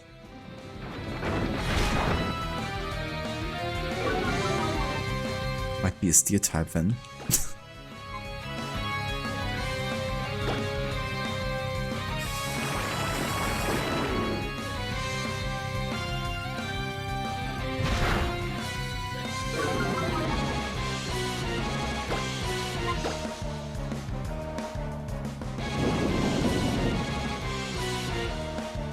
That reminds you, someone put Aiden into GTA 5. Nice. Let me have a look.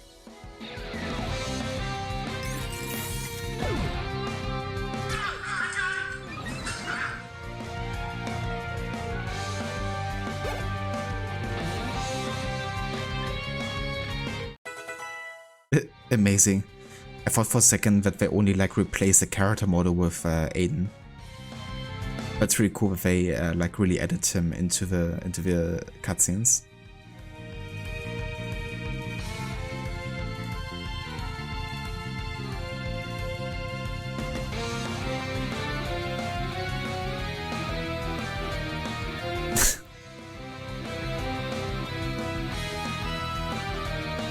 So there's multiple parts as well. Very nice.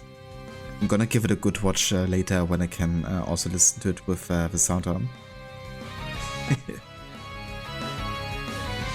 Jeez, thank you for sharing.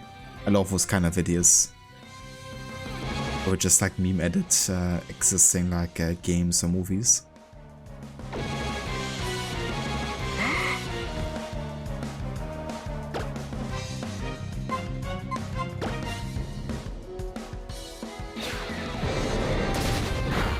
Yeah, 100%. Like really creative people, and also like the dedication they have to you know, edit all of it. Because that's a whole lot of work sometimes.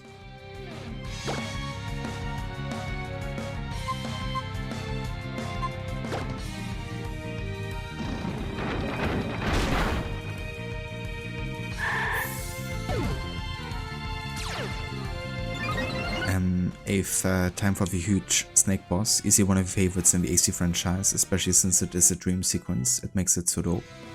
I really like that sequence because there's like so much symbolism going on in it. You know, of course, what the snake stands for, and you know, Bike trying to perform the favorite show and that getting interrupted by the snake. And eventually Bike reclaiming his heart, which, you know, stands for Khemu, of course, and then reuniting with him. I think it's really beautifully done. Where he also like ascends out of the water among lotus flowers, signaling, you know, rebirth.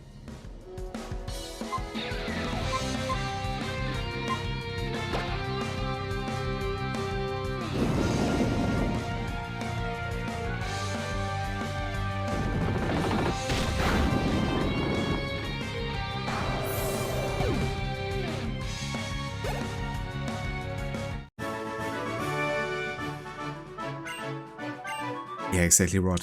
I mean, anyone who ever had to work with like video editing knows how difficult that can be.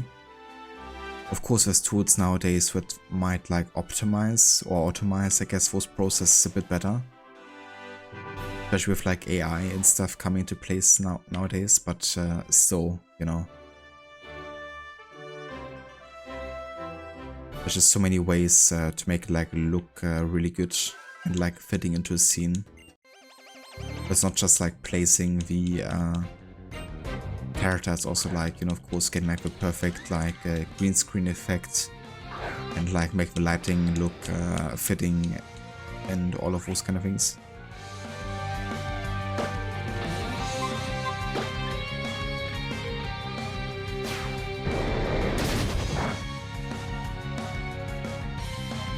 It's another fairy type, isn't it?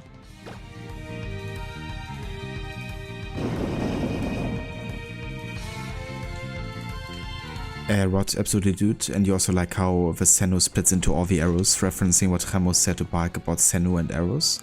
That is true. I haven't actually thought about that.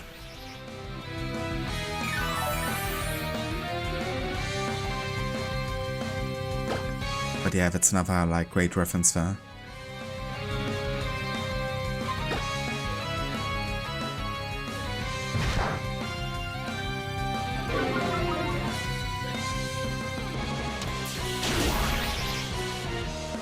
Stop, please. I'm gonna go for another type here.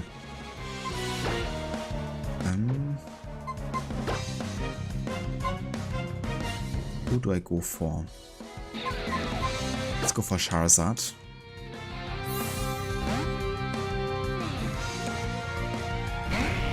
Lots of patience needed. Yeah.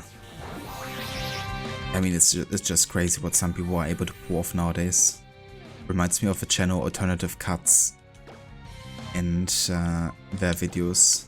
They're doing like a series called Breaking Kitchen, which is a reference to Gordon Ramsay's Hell's Kitchen, if you guys have watched that one. But they edited in like Breaking Bad and Better Call Saul universe characters. It made like entire storylines about that in Hell's Kitchen with like perfectly edited together with Gordon Ramsay and stuff. And it sounds ridiculous, but it's actually so well edited. Like not even some of the Hollywood editors could compete with that level of quality. Actually crazy.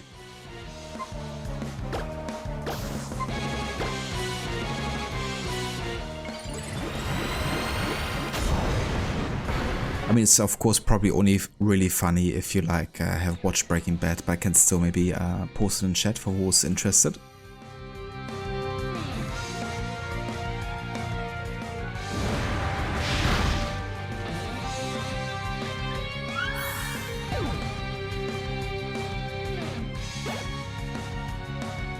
But yeah, that's the channel.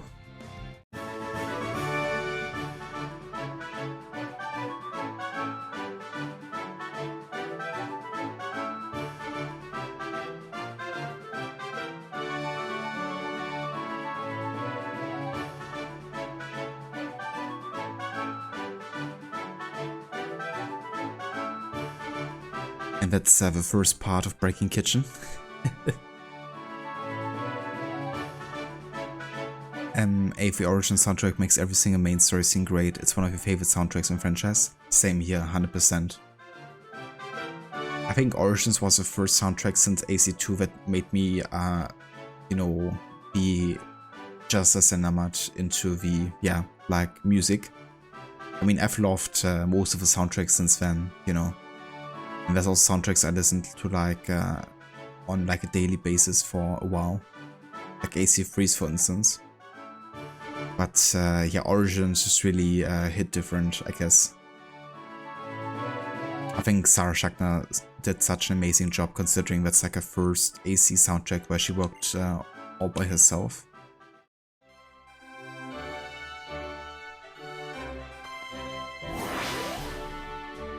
But yeah, the soundtrack is definitely part of the reason why I love Origins so much as well.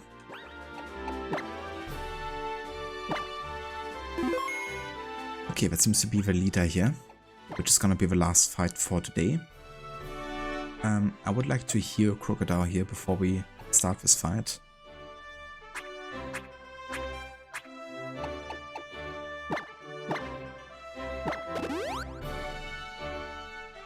And then I guess we're good to go.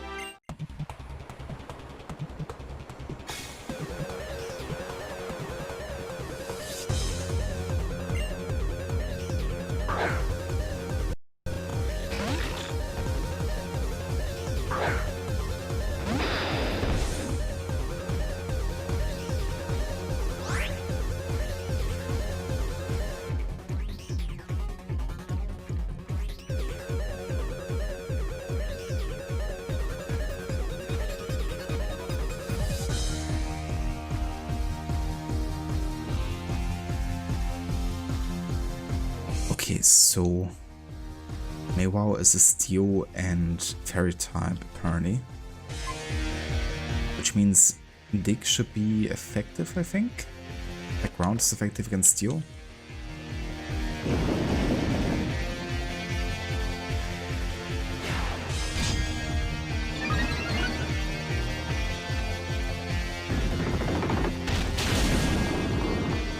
There we go. Got the Moxie effect triggered as well.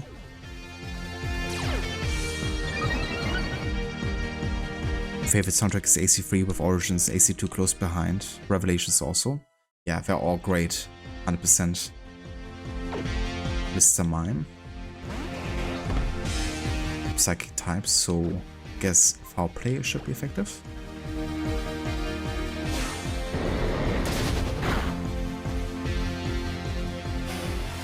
Oh, never mind, it's a fairy psychic now, isn't it? Which means it's not like very effective, just normal.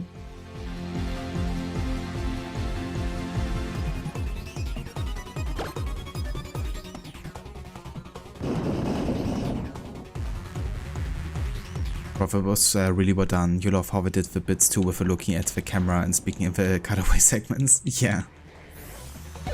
Yeah, they've gotten really creative because not only using like actual scenes from the you know, shows, they're also using like additional like footage from like YouTube videos and like also outtakes and all that kind of stuff.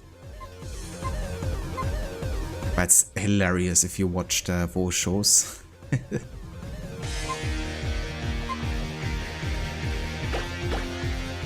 Okay, no idea what the enemy Pokemon is gonna be here.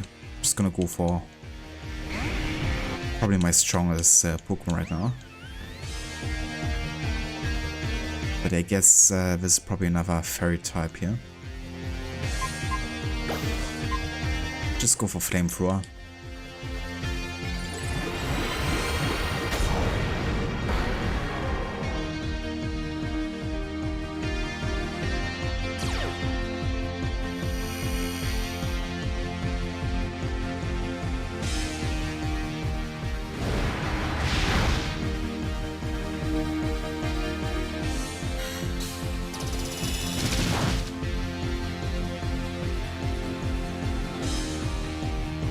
Ah ja, it's also the same person actually that's done wie Spider-Man but he's bored.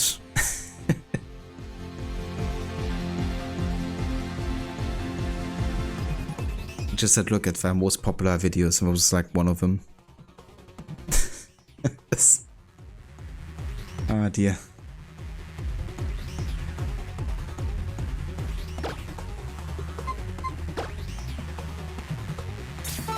Hyper potion, huh?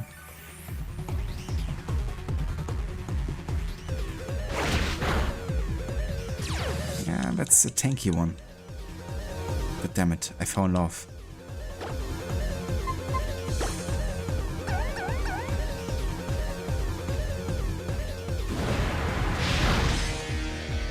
There we go.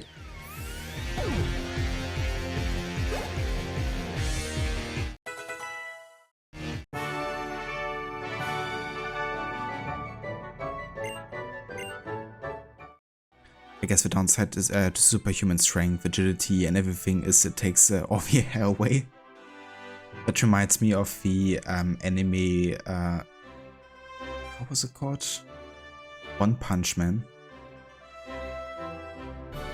A friend of mine made me watch the first season of it, and it's basically a dude who also like, I think has just done like a lot of classic training. And he basically just trained like his punch, so he could like, no matter who it was, just punch them out with like one hit. But I think it also came at the cost of like losing all the hair or something. Like he was always bored. Was kind of a ridiculous anime in a way, but also quite entertaining.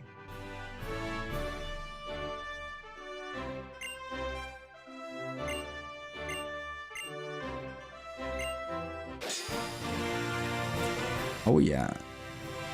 Batch number 6.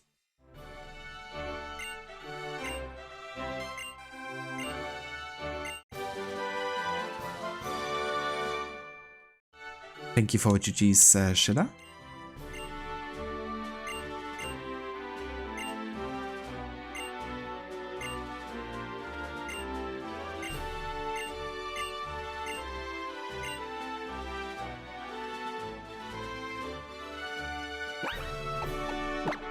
Okay, let's have a save here. Because this is gonna be what we will call it today for Pokemon Y. I want to thank you all for coming by and for joining me for some more of this. It was definitely good to do a bit more progress because now we're only 2 batches away from getting to the final, yeah, I guess part of the game, which is the Pokemon League, of course. So yeah, I think 2 more streams and we might get there already. Might throw another one every weekend or so we can get this done a bit sooner. 8th, damn, the scene with Bark and Ramo, the Field of Reeds, it's hard. No words spoken, only music and the 2 of them. I think it was a really good choice not to hear what Ramo is saying, because it is honestly not that important. I think what's more important is the effect it has on Bark, you know, and seeing him like happy and reuniting with his son. I think that's really the important thing there.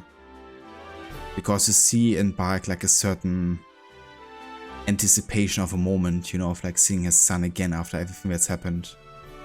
And it's not the first time that Bark is like, you know, thinking, please don't hate me, you know, for what I've done.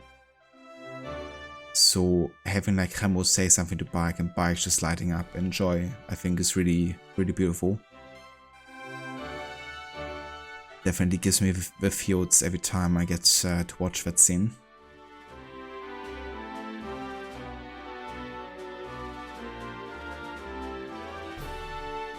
There's also a short post-game story in the game, I gotcha. Similar to the previous 2 games, I guess, that I played. But I think Pokemon Black had more of a post-game story / content than Platinum, if I remember correctly. But yeah, either way, let's head over here. And I'm gonna go and have a look if there's anybody that we could raid.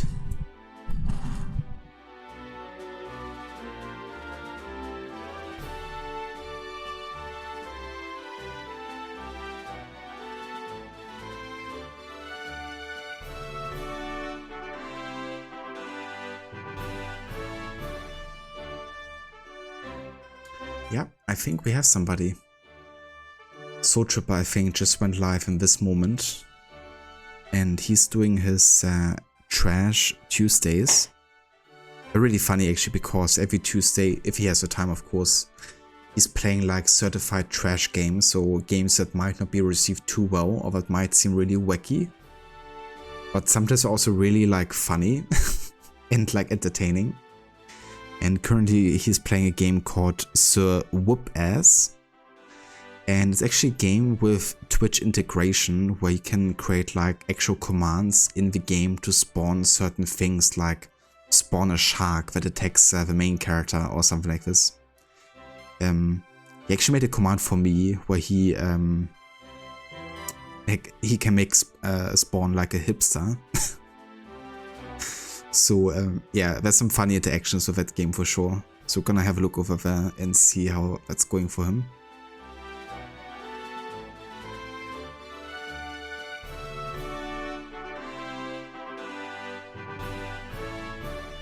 No worries, Lucinda, thanks for being here.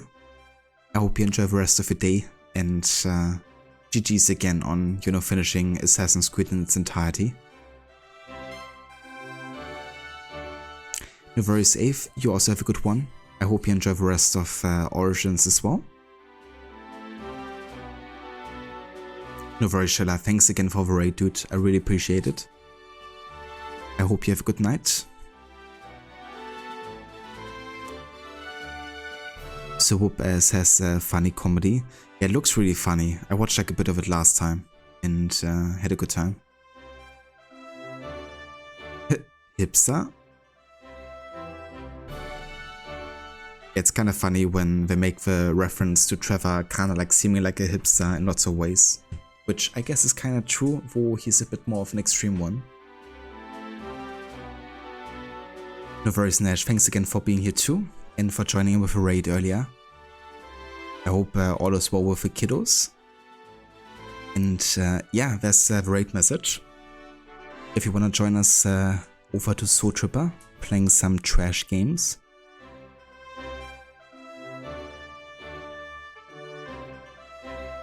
Yeah, no worries whatsoever, Nash. No worries whatsoever. But yeah, I'm glad that everything is going well. And the daughter's still awake. The one listening to the song. I guess that song released some high energy.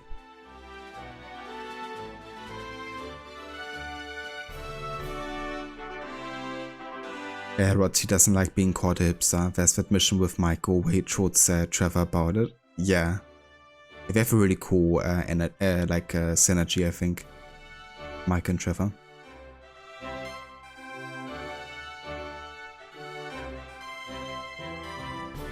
She's brushed her teeth about 8 times, just finding excuses to be awake. Yeah, I know how that's like with my nephews and nieces when they don't wanna like, you know, go to bed. Especially when it's like, you know, Christmas or whatever, and they just wanna spend more time like playing with their toys or whatever.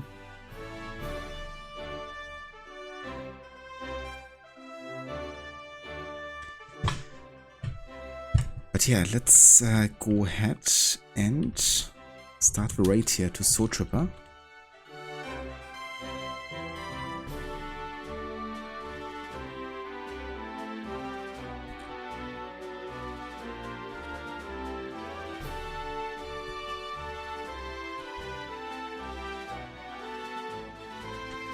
And also, if you're looking for some streamers to catch, if you're looking for some, yeah, new channels to check out, definitely go ahead and check out Rod, Shella, Lucinda, and Hayes. Rod has been playing some AC Unity, doing a 100% run to celebrate 10 years of a game being released. Shella is doing a no desync challenge for AC2, as well as no upgrades. And Lucinda has been just finishing her Assassin's Creed Mirage playthrough and is now gonna go back to some Dishonored 2 for an in-depth lore run. And Hayes has been playing some Apex Legends, so if you're into some multiplayer first-person shooter games, then it's also gonna be interesting to you.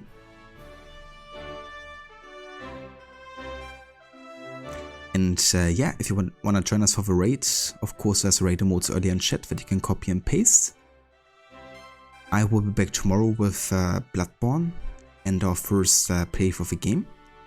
So until then, I hope everyone is having a good rest of the night or day. And yeah, I catch you over at Sotribus. Have a good one.